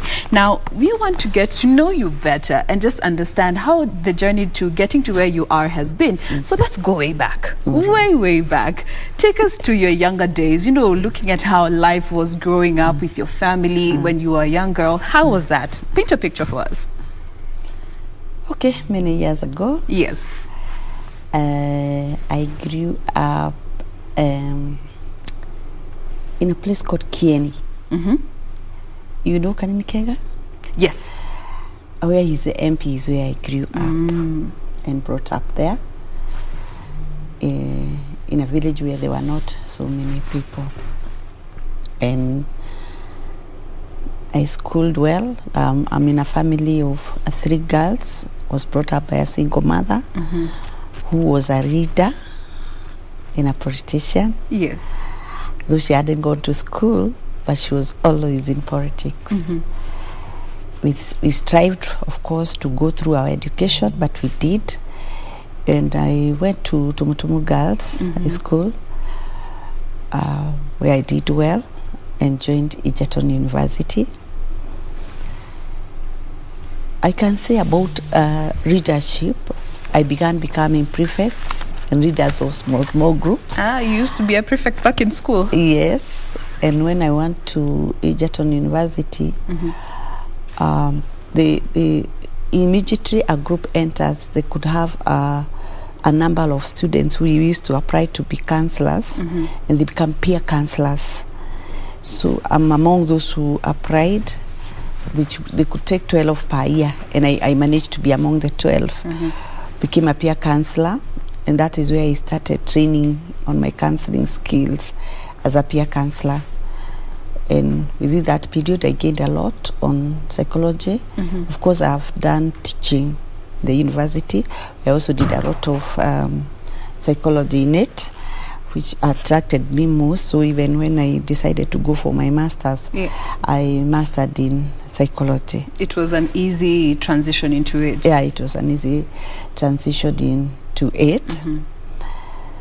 I don't know whether I've left anything about my growing up. There could be many things. What was the dream? You know, just we all have those dreams that we aspire to achieve when we grow up. When I grow up, I want to be this. When I grow up, I want to be this. What was the dream for you? The only thing I remember, I used to tell my mother, I don't know where it was coming from, but I used to tell my mother, you know, one day I'm going to be a reader. I'm just going to be a reader. And I'll do business, but I know I'll be a reader. That is a thing I kept talking even when I was a small girl. And there it came. I think God sometimes he speaks through us. You know? Yeah. And then I also admired my mother. She worked hard, and she was a political activist. She hadn't learned much, that is going to school much, but she was a KANU member, a strong KANU member. Oh, wow. Who stood with KANU and fought for Moi. And I really admired how she was loyal and strong enough and always to the point. And of course, she was one of these people given positions in the community to lead the community. I really liked that, and so I grew admiring. And true to it, I learned a lot from her. I think it has come, a lot that I have has come from her. Now, do you think by virtue, you have mentioned that your mother was a single mother and she raised you guys. Yes. Do you think by virtue of just watching her and seeing the struggles she went through, yet being so passionate about the things that she values, has in one way or the other shaped your view even on women leadership in this day and time? Yes, it has. It has shaped me a lot, especially on how much she used to be focused. And my mother was this one that would want to do things on a straight line, Yes. not Hakuna shortcuts. hakuna shortcuts. One thing my mother used to keep telling us, we were 3 girls. She kept on telling us, you people, you know, even if you're women, you have to work hard. Don't go out there and think that men are going to feed you. You have to have your own things. You have to work hard for yourself. Even when you get married, know that you have something that belongs to you. Those are words that I've never That have deleted. stuck with you today. They have stuck with me. And I've learned to work for myself. Yes. And I've learned to stand on myself whenever I am. It has also taught me to do things in the upright manner and treat people in the best way possible that I can, and also teach people to do things the right way. I really like doing things the right way, not lying to the society, not lying to people. Yeah, going the straight way is a way that I really like, and I think I learned from my mother.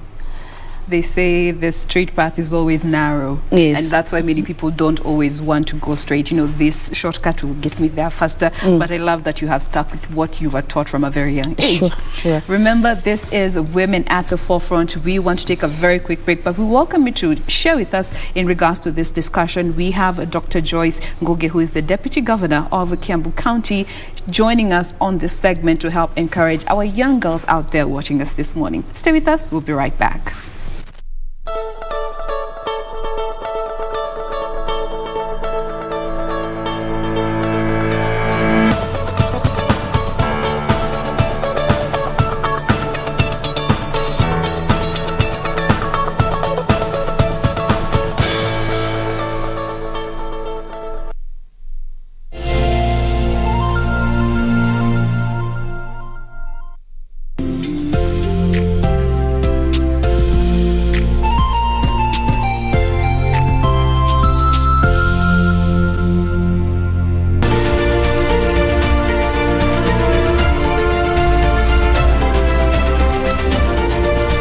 My name is Fikiri Kiponda. I am a wildlife warrior. The soft plastics, they look like jellyfish, which turtle end up confusing with their natural food. She's finished laying her eggs and now she's covering them up. She swipes with her fins, chucking sand into the pit behind her where the eggs are. Some turtle will do like 7 clutches. This tiny crab could actually kill a baby turtle. Turtle needs everyone's help. Otherwise, they might get into extinct. This is Wildlife Warriors.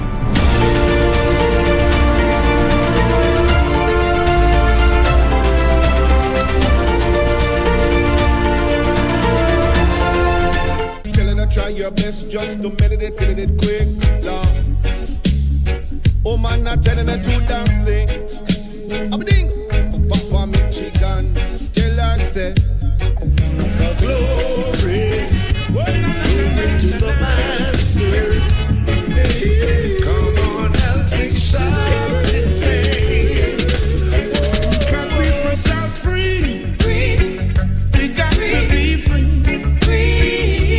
Just like thee. Hallelujah be to the Most High God for giving me strength to praise His name. I'm gonna preach the gospel of Jah.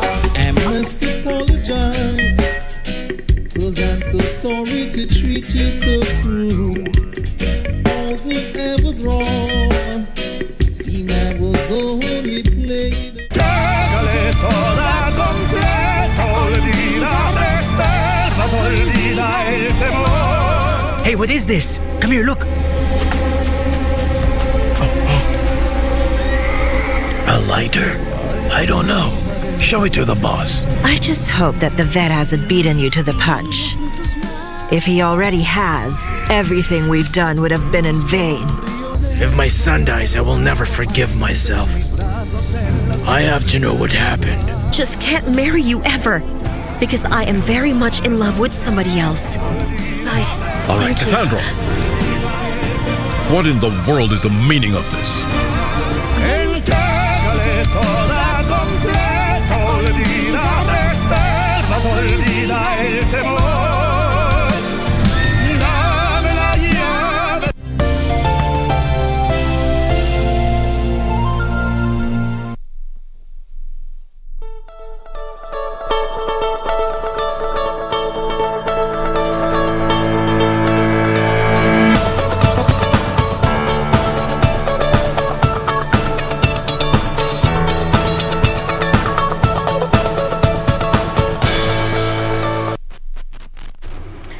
Welcome back. Thank you for staying with us. We continue with our segment, Women at the Forefront, all about women empowerment. And once again, with us in studio this morning is Dr. Joyce Ngugi, who is the Deputy Governor in Kiambu County. Now, to just pick up from where we left off, and fast forward a bit. For most people, they knew you as of 2014 when you were thrusted into the political scene.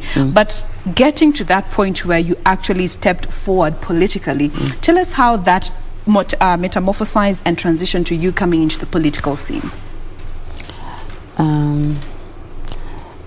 Let me say, I was a community leader and a leader in my church, and I was doing a lot of community work way before 2014, especially with youth. And most of the work I did with youth was in Gatundu South, because that is where I'm married. I met my husband in Egerton University, who was from Gatundu South, and I got married there. So when I trained on psychology and then I majored on drug addiction, I was helping youth there a lot. And before my husband came to think of vying, and then he thought of vying and came to vying there. So he went for an year. And after now he's passing on, these people from Gatundu knew me because I was doing community work there. And they came for me. Remember, I still had a seed, which I had learned from my mother. So when they came for me, of course, it was not a good time to make decisions because it was very early on the morning period. But then I reasoned about their life, and then I felt if these people feel I'm the one who is going to wipe away their tears, me now, the community person I am, felt I reach out to the community. And I decided to go with my pains. There was a lot of pains and a lot of confusions. And I went for the by-election and went for the campaigns with all the challenges that I faced. But then I didn't get it. Things happened and I had to leave it for Moses Kuria. And went back to my community work, what I was used to. But the place then gave me some work to work with children, which also give me another course now. Absolutely. Before you even get to moving to the National Council for Children, looking at that space where you decided to go for this seat, that you felt, the people have reached out to me to take on over from where my husband had left.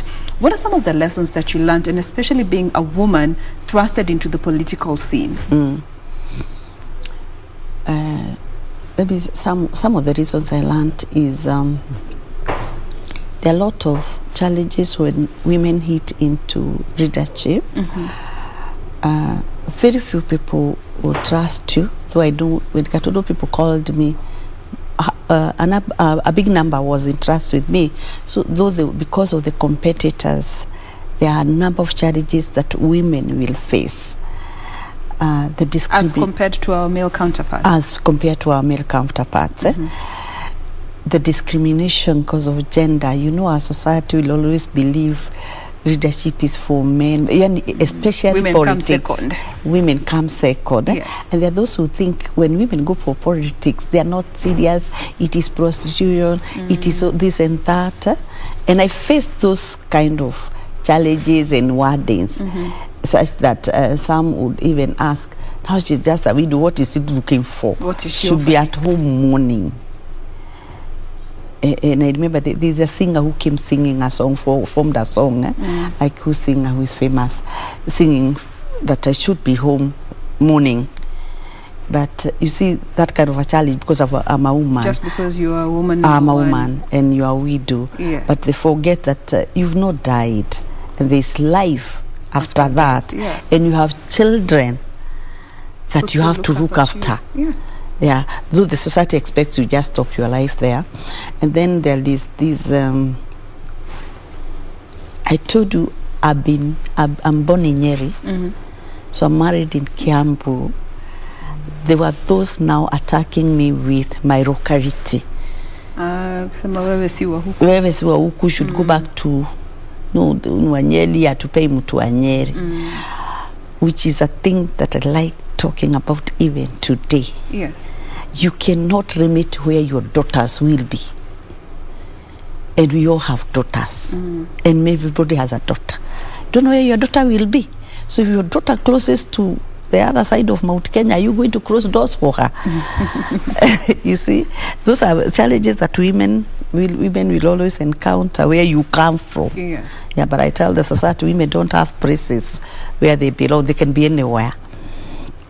Yeah, of course, there are also those other insults that come to women, which hinders women from vying, because you'll be related with so-and-so is your friend, so-and-so is doing this and all that, and all sorts of names. And I went through all that. So people were looking at all these other things that in one way or the other are associated to you, but not on your merit. Yes, yes. Associated to me as a woman. Yes. And they want to bring you down.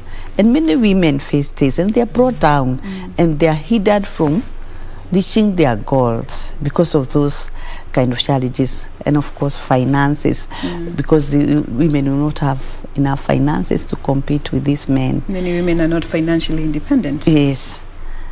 Tough lessons had to be learned the hard way. Yeah, tough lessons had to be learned the hard way, but I'm grateful to have learned them because we encourage another person. Absolutely. Yes. Now, from there, you were then appointed as the chair of the National Council for Children's Services. Tell us a bit about your time there. Yeah, we are now, it's a body that makes policies and advises the government on various issues concerning the rights of children. It's something that I really enjoyed, working with children in children homes and making the policies. This is where we started. When I was there is when we started a bill to change the bill that was there, so that we improve more on the rights of children. I'm so happy the bill now is in Parliament. It's about to pass. I can't wait for it to pass. Yes. Yeah, because we've done a lot on the improvement of the rights of children, and it's a thing I like because I learned a lot about children and the needs of children, and it's actually something that I've added on my community work. Whatever I'm doing, I don't leave children out. Yeah, I don't leave children out, and I like advocating for them and advocating for their rights, which I always talk. Whatever we are doing, where we are reading, where we are doing what, the final thing is the child. We're doing for the child. Yes. That is even why this is here, so that the child that is growing will have a life tomorrow. So I got an added call, which I like very much, to start with children. Beautiful. Now, looking from that time, you were busy enjoying, taking care of issues that concern children, regardless of the gender, just looking at children and their needs. Then here comes this nomination to be the deputy governor for Kiambu County. Why, is it something you were expecting? Not really. Remember, there was 2017, which I also filed, and I also did make it.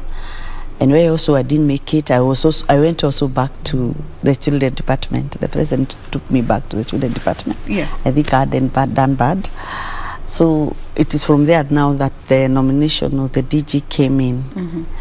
And I remember there was this, there was the case of Waitito, and then Governor Nyoro was to be sworn in, and something was crossing my mind. Do I try? But then even before I did anything, I could see my names on social media. people was already suggested- circulating, doing this- rounds. Yeah, this lady. Then I thought, let me go and ask for advices from some people. Yes. And I asked, I understood, go for it. That's how now I approached the governor, and the process started.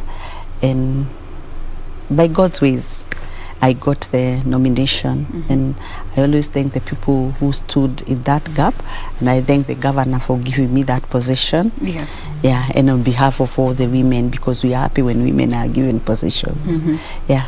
Now, being the first female deputy governor for Kiambu County, what is the legacy that you want to leave behind, and especially looking at social economic issues that face women, categorically speaking, when it comes to helping women become independent and advance? One legacy I would want to leave is we'd want to see more women empowered onto standing on their own.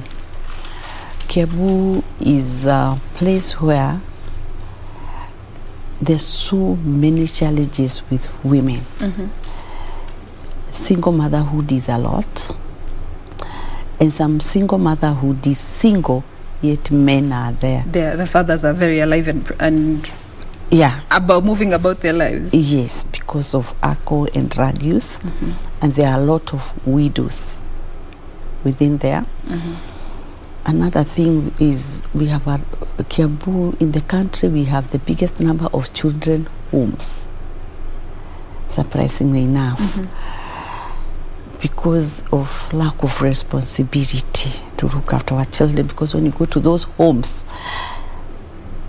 they are not all orphans. They have parents within, but the parents just don't want to be responsible, or they were taken up by alcohol use and drugs.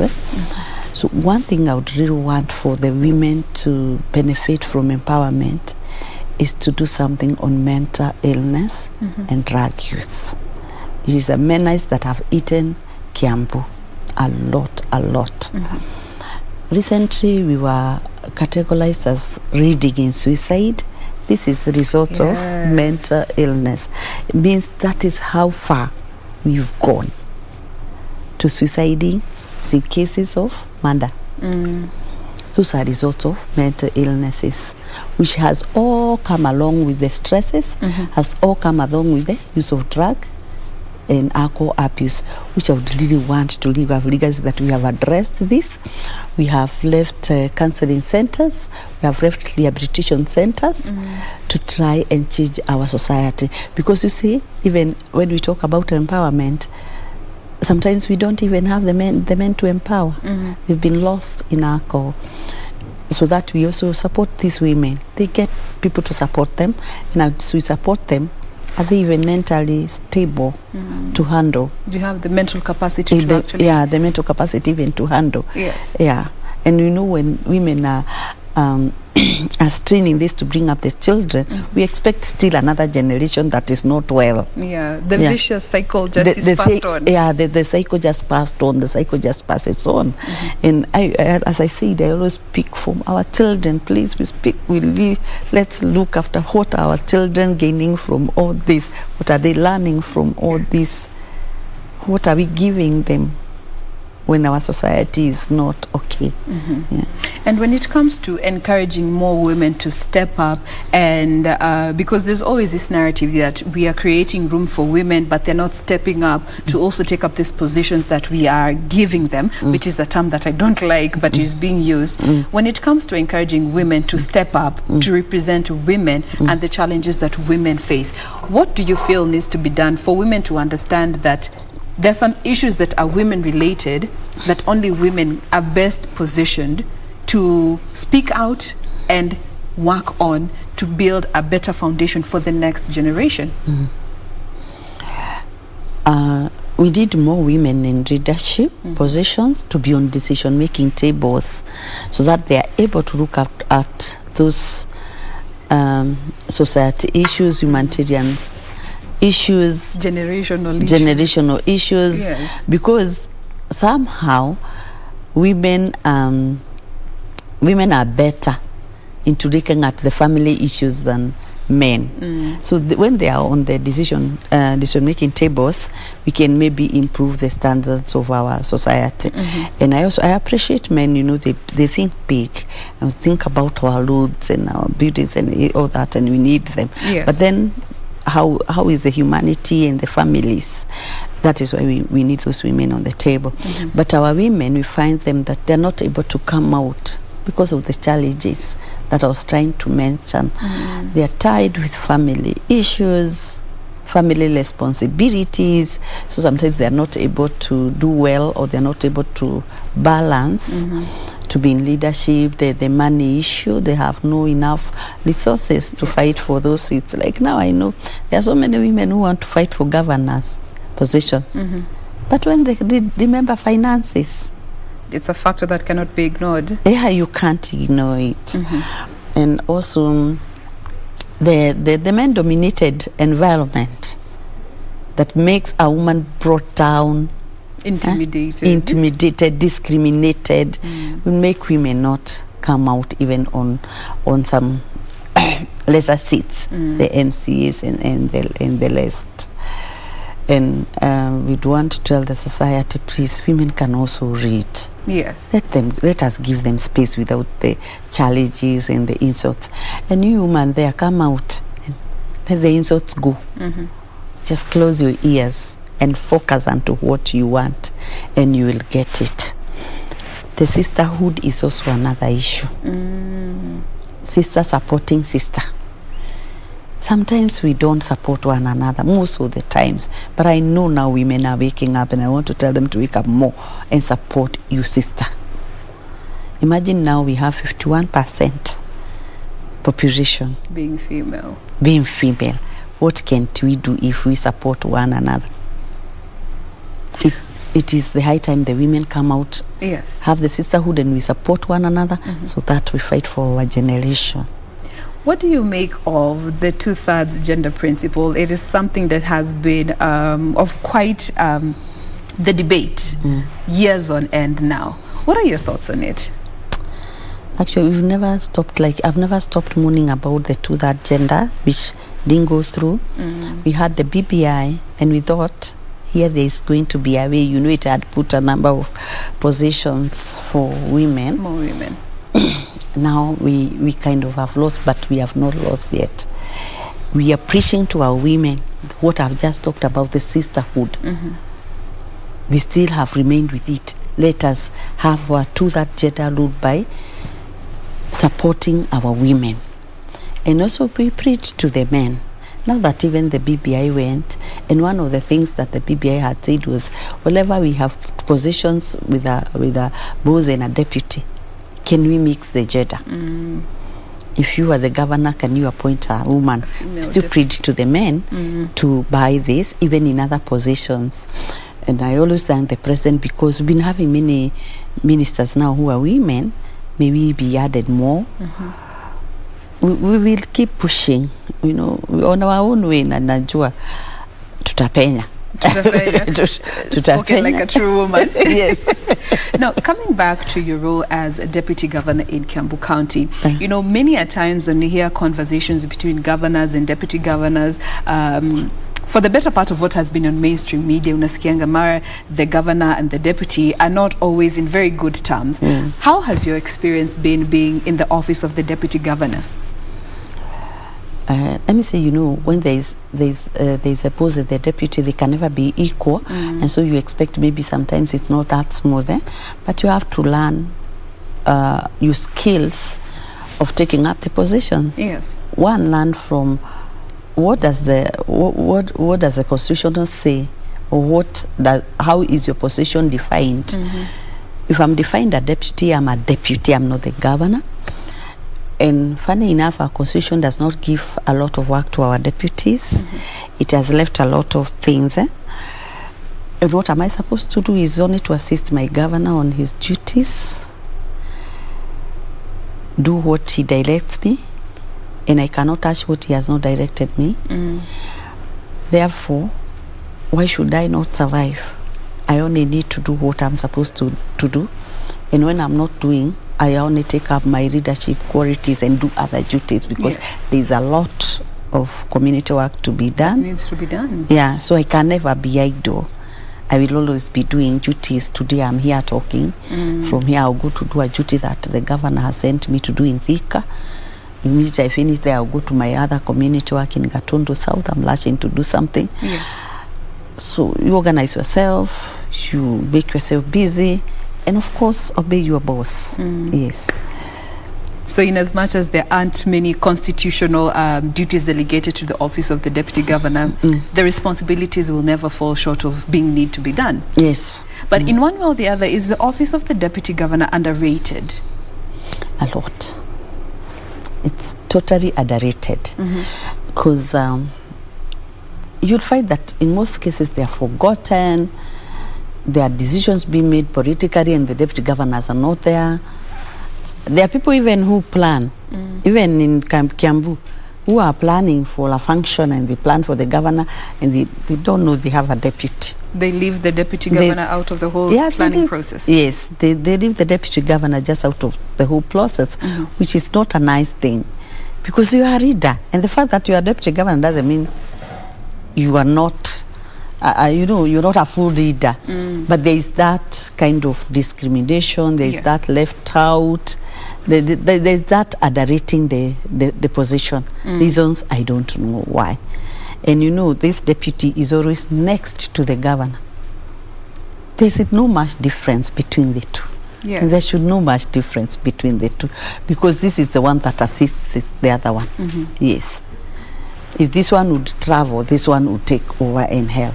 Why then put the difference? It's not a seat that should be underrated. It shouldn't be underrated. And no leadership position that should be underrated. Absolutely. All are important. And just looking at even devolution as a whole, do you feel it's something that was meant to progress the country, in as much as it's a second term under this government that we are experiencing devolution? It has been met with a lot of criticism from so many people saying it's not working, others saying it's working. But from where you stand, looking at your history growing up, your leadership exposure, and consequently in this office that you are in as deputy governor, what are your thoughts on devolution? Devolution was a good thing. The government had a good idea because of the distribution of resources to the regions, and the regions manage their own resources. That means the resources would reach the community at a closer level. Yes. And every leader, like the governor, would be managing his county closely. But we got some leaders who are not doing the right thing. It is since we got devolution that we are having a lot of corruption cases with the governors. Some saying corruption has been devolved now. Yeah, it seems like corruption. That is now where we abused the good thing, devolution. Because when the resources are entitled to you and you don't use them well, then it shows we are killing devolution. I think other means needs to come to discipline people, or to have people who can be able to manage the resources in the best way possible. Otherwise, when you think about how the resources have been every time being mentioned, do what governs, do what, it pains and it feels very bad. And this is where the Mwananchi feels like, city goes back to where the resources go back to where it was. Yeah, it is unfortunate. I wish something can be done that the resources can be managed in the best way possible to reach the Wajiko that it is meant to be. Then devolution was good. Absolutely. Yeah. Now we want to take a very quick break, but we'll be back to continue with this conversation. Remember, this is about women at the forefront, empowering our women, but that does not mean we leave our male counterparts out of this whole conversation. So stay with us. We welcome your feedback. We will be back to address them as we continue with this discussion. We'll be right back.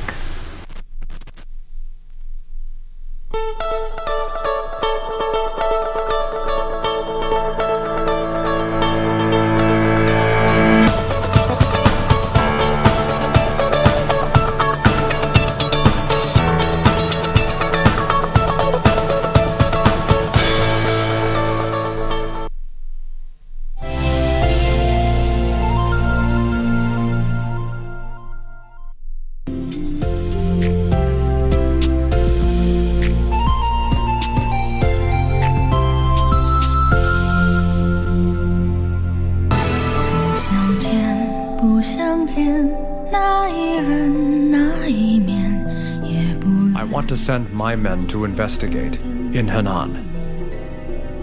Why? He's insane. He can't kill me.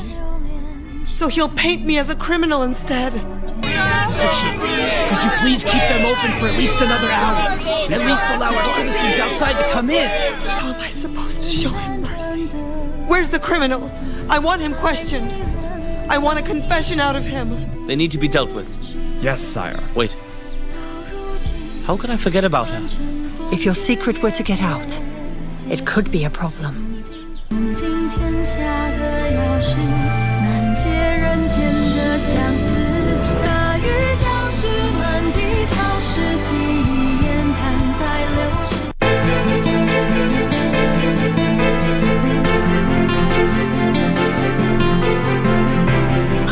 Mbona utakuleta za ovyo? Wewe unafanya kazi zangu. Lakini kila ninapokuita lazima unisikize na uniangalie. Tafadhali ungemrudisha matatizo. Utamlipa matatizo mshahara wake. Mara ghafla umeguka baby boy. Tena bila hata swaga. Anyway, on who you can do without me, right? You're not worth it.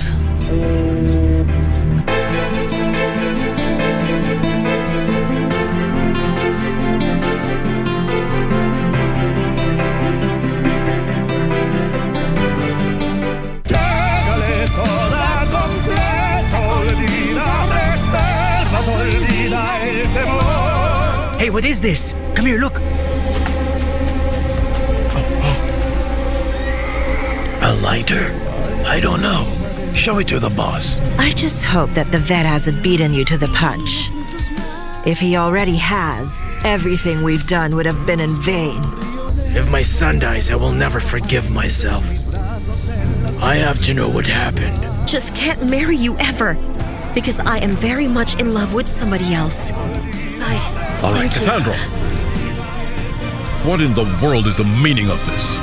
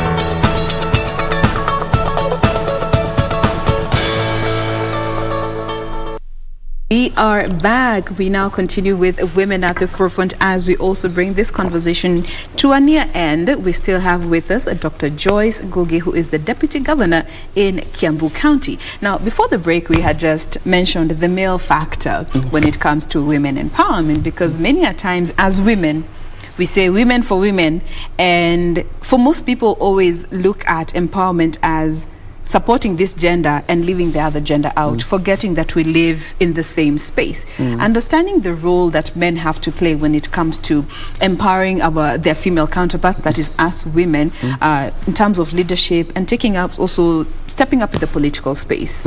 What are your thoughts on that? My thought is men should support women so that they work together. And I thank God there are men who are men for she, who love supporting women, and we call upon more to support women leadership. Yes. Because I have learned that when the two genders are working together, we can achieve more.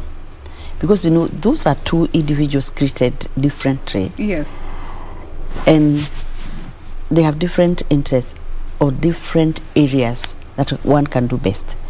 We have just talked about the family issues, the humanitarian issues, where I find women would do better As opposed to men. As opposed to men. And men will do better on other developmental issues. Not that women can do developmental, they do. But there are needs of the society that I find men are not called for. The downward needs of family issues and the social issues. When those two readers combine together, they'll meet the needs of Wajiko in a better way. Yeah. And the person we are serving can reach either of the two. So I would advocate men, please support women so that we all have women, all genders together. And when we go on decision-making tables, we improve one another. And I'm sure the service we are going to give to Mwananchi will be better. Always men that support women and women support your fellow women. I would really advocate that it goes hand in hand. Okay. Yes. Now, we also can't leave out the youth. Yes. They are a bigger percentage of the population as well. And just looking back to the 2017 elections, it was noted to be one that was in the books of history, given we had the largest number of youth going for political seats. Given we are right in the path geared towards the next elections, understanding that the youth also have to present themselves and their needs, we stop hearing these conversations of kazi kwa vijana, pesa kwa wazee, the youth stepping up for themselves. What would be your advice to them? We would advise them to keep stepping up, and I'm happy the way they are stepping up. Yes. I've actually seen now, the other day we were discussing Jubilee, and we think of how we blood Jubilee and bring up our Jubilee party on life. And I saw young girls, groupings, and they call themselves the young women Jubilee Kakas, and I was happy, and I really want to encourage them to do that, because once they will be embraced on the leadership, they'll also go to the decision-making tables and have their issues presented, rather than now facing the criticism we have been having from the youth. They have really criticized us. We don't think about them, we don't plan for them, we don't do this for them. Let them come so that they enlighten. You know, now this gap of generation, when we grew up, effects are being seen. Surely. As we grew up, like now Joyce grew up in the villages and all that. Now these are the youths who are growing up in a different environment with the computers, online things. We didn't grow up like that. So there's a lot as the older generation may not be able to understand or take up with them. So when they come, they enlighten us, and we are able to embrace what their feelings and their thoughts and their plans together. So they're encouraged. And in fact, next 2022 we are going, let's also choose some youth. Let's have some youth elected to join the other leadership columns. Those positions those positions make decisions for so that will not have a lot of criticism. In fact, 2022 youth is going to have a lot of influences. Yes. Yeah, and you can already see the ground. You can already see how the ground is with the youth. It's a generation you have to be very careful about. And we hope that they put their best foot forward. Yes, sure. Now, also looking at 2022 as we gear up for the next phase of our country, the next 5 years, maybe what are your plans? My plans is to go back to leadership. I will not mention which position, but I'm not running for governor. You know, deputies are told they are always running for governor. Yes. I'm not running for the next office you are expected to go for. I'm not running for a governor position, but I'll be in leadership somewhere because I want to continue serving people. So we sit tight and wait. Yes. Soon enough you'll be able to share with us. Yes, soon. All right. Now, as we bring the conversation to a close, there's so many young girls that are watching us, young boys that are watching us, children that are watching us, and your fellow leaders. What will be your call to action message, your message of unity as we get towards the general elections? It's a very sensitive time for not just us as a country, but the larger population as a whole, dealing with the pandemic, stresses of life. Your message to our viewers this morning. There's your camera, you can just speak to them. I want to say, yesterday we were celebrating the International Day of Peace. And we came up with a slogan, my peace, your peace, my responsibility. Therefore, as we go towards 2022, let's think about my peace and your peace. Yes. Let's be our brother's keeper. Let's protect one another.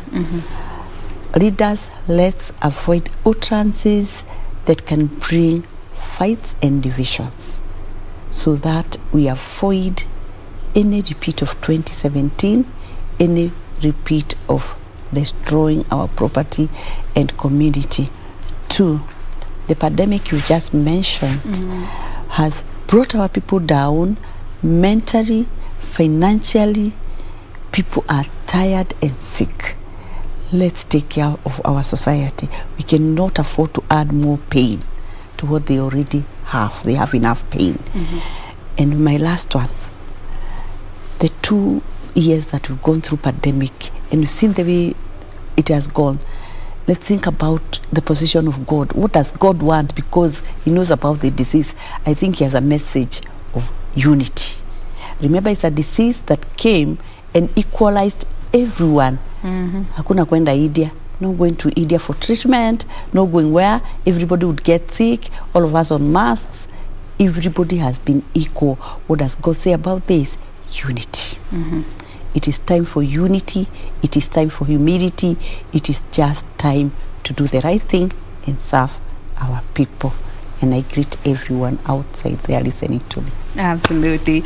I have Sylvia who is saying she is such a soft-spoken leader. I wish we had more leaders who were soft-spoken and do what they are meant to do in the offices that they occupy. Thank you, Sylvia. All right. Yes. Thank you so much for your feed. So many people retweeting our posts that we are putting on our social media platforms, but we have to bring this conversation to a close. Again, this has been Women at the Forefront. This is a segment where we get to bring to you ladies who are going beyond the barriers that society has put for us and creating room for future generation of young ladies. With us in studio this morning, we have Dr. Joyce Wanjiko Goge, like a true Kikuyu, who is the Deputy Governor of Kiambu County. Thank you so much for making time to be with us today. Thank you too for hosting me. We look forward to having you again. Sure. Absolutely. We take a very quick breather. We will be back as we get to draw nearer and nearer to the close of Good Morning Kenya. Stay with us.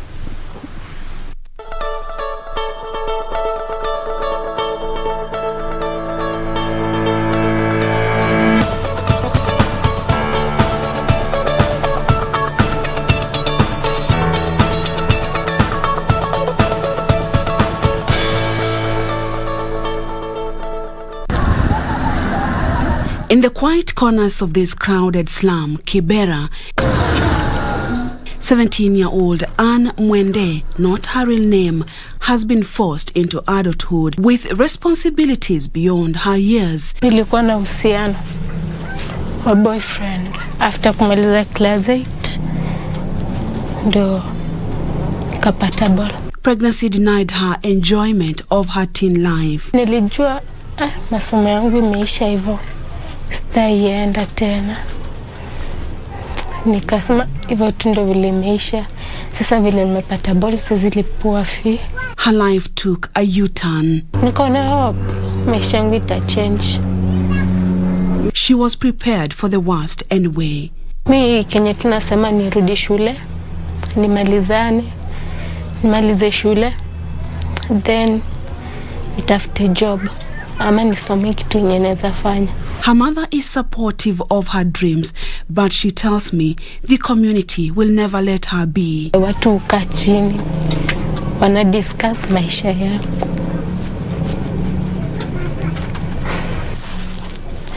Wakisema hivyo ndo vile maisha yangu imeisha, sitai kaa tena na wasichana wengine wadogo, nishakuwa mama. Anne is remorseful for her actions, and all she appeals for is a second chance in life. Sitarudia mama, anilipie tu fee nimalize. Sitarudia kosa kama hilo, nisha learn lesson. Sizifanya kitu kama hiyo tena. Life has not been easy either for Anastasia Akelo, not her real name. She lives in Kisumu Ndogo in Kibera slums, Nairobi. She is 16 and already has a 6-month-old son. I gave birth on the 30th of November last year. I had a relationship with a young guy who was in college. And that time I had joined Form 1 on that 3rd month. The obtaining situation forced her to drop out of school. I told him first, but he didn't understand me. He was just wanted me to just about the baby because he was not financially stable. And my mom didn't want to see me at that time too. Anastasia says she is struggling to feed her child every day. I can't see my life again. Yeah. And sometimes I would wish if my father would be alive, maybe he would support me in life. Yeah. And I didn't expect to give birth at this age. I wanted one day to become someone important in life. Anastasia's neighbor, Beatrice Alo, is 20. She has a 5-year-old son. She gave birth at the age of 15. Maisha kaanza kuwa ngumu. Au marafiki zangu pia wakanitoroka. Wenye nilikuwa nao wazazi wao wakasema wasitembee na mimi, nimepata mimba na bado mimi ni mdogo na bado niko shule. So hata pia mwenyewe nilikuwa naogopa hata kutembea nao. Najificha tu kwa nyumba. So hata kueleza wazazi wangu ilikuwa, yani kuwafesa hata kuambia kitu nataka ilikuwa shida. Sasa mzazi wangu, babangu sana alikuwa mkali sana. It's often described as the most changing experience that a woman can have, but for Beatrice, motherhood may have come too soon. So ilikuwa ngumu, niko tu kwa nyumba peke yangu. So ikafika siku nienda kuzaa. Hiyo kuenda kuzaa nikaanza na operation, so shida ilikuwa ngumu. Hakuna mtu akushughulikia mtoto. Mama wangu saa nyingine anaenda hizi kazi za kufua, anarudi anishughulikie. She will never regret these tender moments with her son, but Beatrice may long for the care for a young girl like her. Nikajikubali, nikakuja nikamwambia mama wangu, nimekubali mtoto ni wangu. Hata kama watu watanitusi, nitajikubali. Meya anaona nitusi hata kama ni mwanaume ananitolewa kwa sababu niko na mtoto, nimekubali nitakaa na mtoto wangu. As long as nimeshakubali mimi ni mama, nitaishi na mtoto wangu, struggle na yeye. Discrimination and stigma meted upon teen mothers, for instance, cost the future of this middle-aged woman, Judith Shitabule. She was 16 when she discovered she was pregnant with her first child. Sasa ikabidi tu mamangu ndiye ameshughulika kila kitu. Then mimi conscience yangu naambia na sini fulani alinidraga kanifanyia hivi, I'll just go back to him. Mimi nikaenda kumtafuta wakati sasa nimekuwa na afya njema, sasa mtoto hata ameanza kukaa.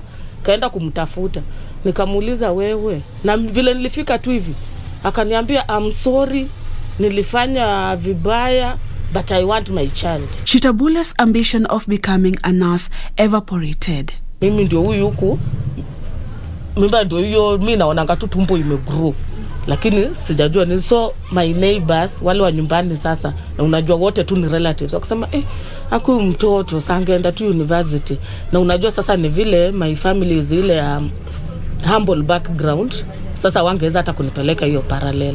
Social consequences for pregnant adolescents may include stigma, rejection or violence. This may well jeopardize girls' future education.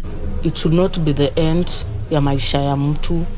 Inazima tu ufocus na ujue tu ni nini ulitaka.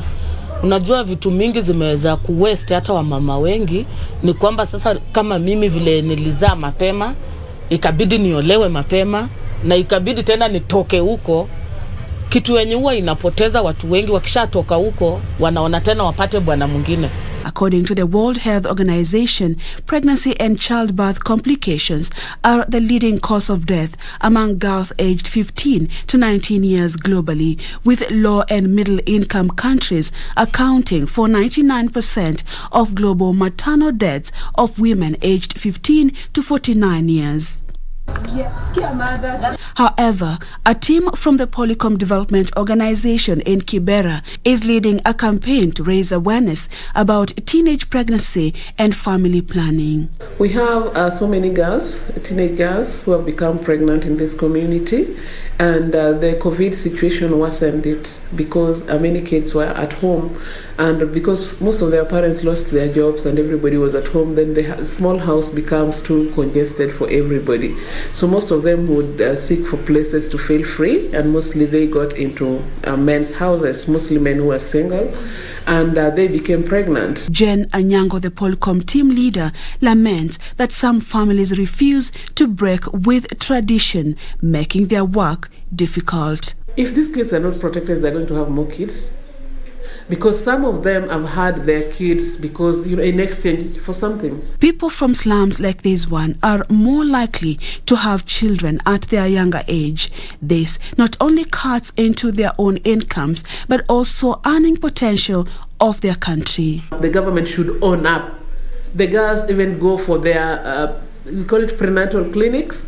So from there, the support should be there until they are adults. The World Health Organization estimates that about 21 million girls aged between 15 and 19 years in developing regions become pregnant every year, and approximately 12 million of them give birth. Adolescents who may want to avoid pregnancies may not be able to do so due to knowledge gaps and misconceptions on where to obtain contraceptive methods and how to use them. The few cases are among the growing statistics of teenage mothers whose destinies have gone down the drain.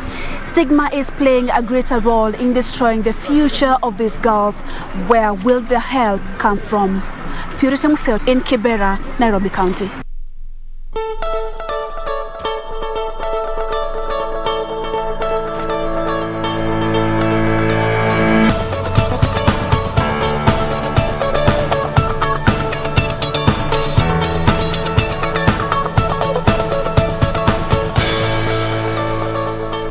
And welcome back. We are almost coming to the end of the show on this particular ladies' night.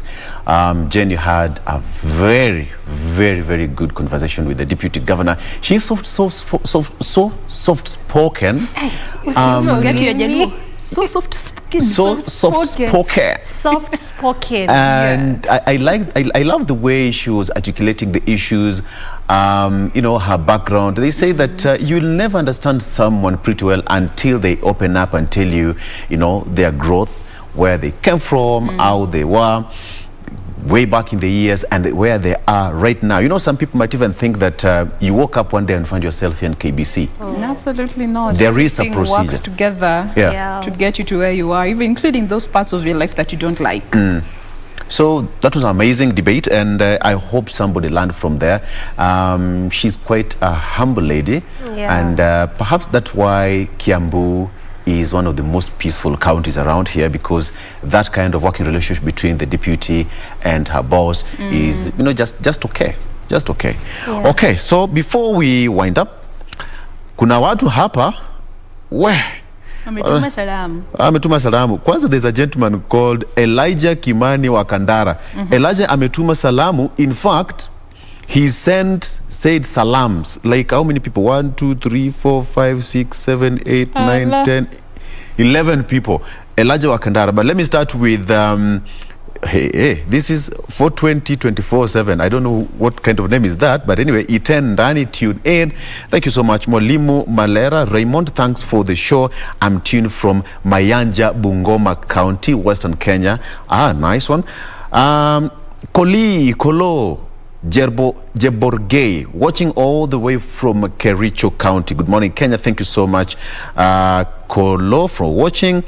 James Masharia, well tuned near Lunga border. Keep it up. Thank you so much, James. Shadrach Sindash, watching from Malaba, Uganda. Ndani tukisubiri mpunguze bei ya mafuta ndio. Wavuke boda. Shadrach, you ni chokozi. All right, but anyway, the government is working on that, and yesterday Senate had that discussion, so let's just wait and see. It's on the floor of the House how it's going to pan out in the coming days. Perhaps you have got some, Jen? Niko na tu watu hapa DM with much love going out to everyone who's texted through. Lakini sijaelewa watu wananiita bubu. Unaitwa Wamboi. Bobo. Bobo. Oh yeah, Bobo. Variations of Wamboi. Yeah. Bobo. Bobo. But Bobo thank you to Jimna Waweru. I see Son of the Soil, W. Anyona Marangeti. Coach Frederick Lewis Kihamba. We have Bob Orina, Joe Chege, Stephen Mushoki, Simon Ngeshi, Manasseh Daido, Joseph Birengo, Fred Michael, and John Blessed. Thank you so much for tuning in and appreciating the discussions that we get to bring here. Okay, I want to break the protocol here. Elijah, because you said you want to send salamu. Elijah Kimani wa Kandara in from Kandara, Muranga County. Salams. Can I start? Anita Shiko Wanjoki, Helen Nyakianda Njuguna, Shosho Watwana, Nancy Njoroge, Bishop David Kimani, Wamari wa Iriarini, Kaaga Lari, Jane wa Githurai, Tabi Peter, Wamoto Kajairo, Jane Njoroge, Ben Rotich, Miatu. I've done my part. Doreen, Sidio?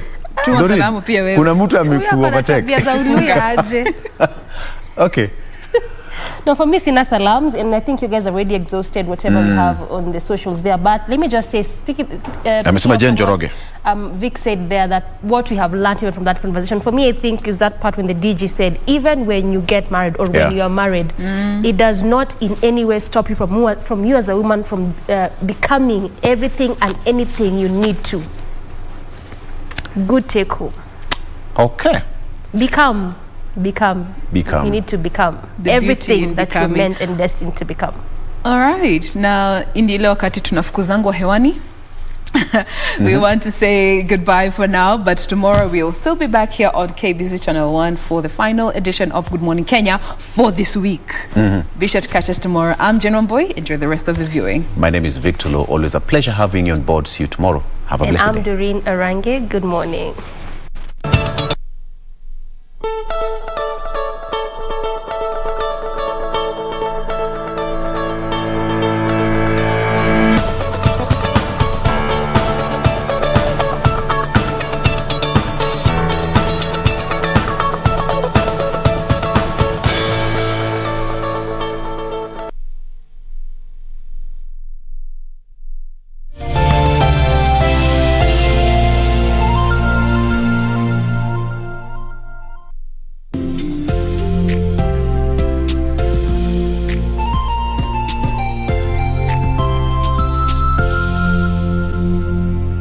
Ili kupata sikiza tune hii ya heshima, bonyeza *811 *817 #. Ukiwa mtu wa heshima, utaheshimiwa. Ukiwa mtu wa kupeana, nawe utapewa. Ukiwa wewe ni wa kudharau wengine, utadharauliwa. Ukiwa wa chuki, malipo ni yale yale. Ikiwa wewe ni mtu wa haramu, vile vile itakupata tu. Na kama wewe ni mtu wa kushauri kwa hekima, hautawahi kosa. Kama we ni mtu wa watu. Ili kupata sikiza tune hiyo ya heshima, kama sikiza tune yako, bonyeza *811 *817 #. *811 *817 #.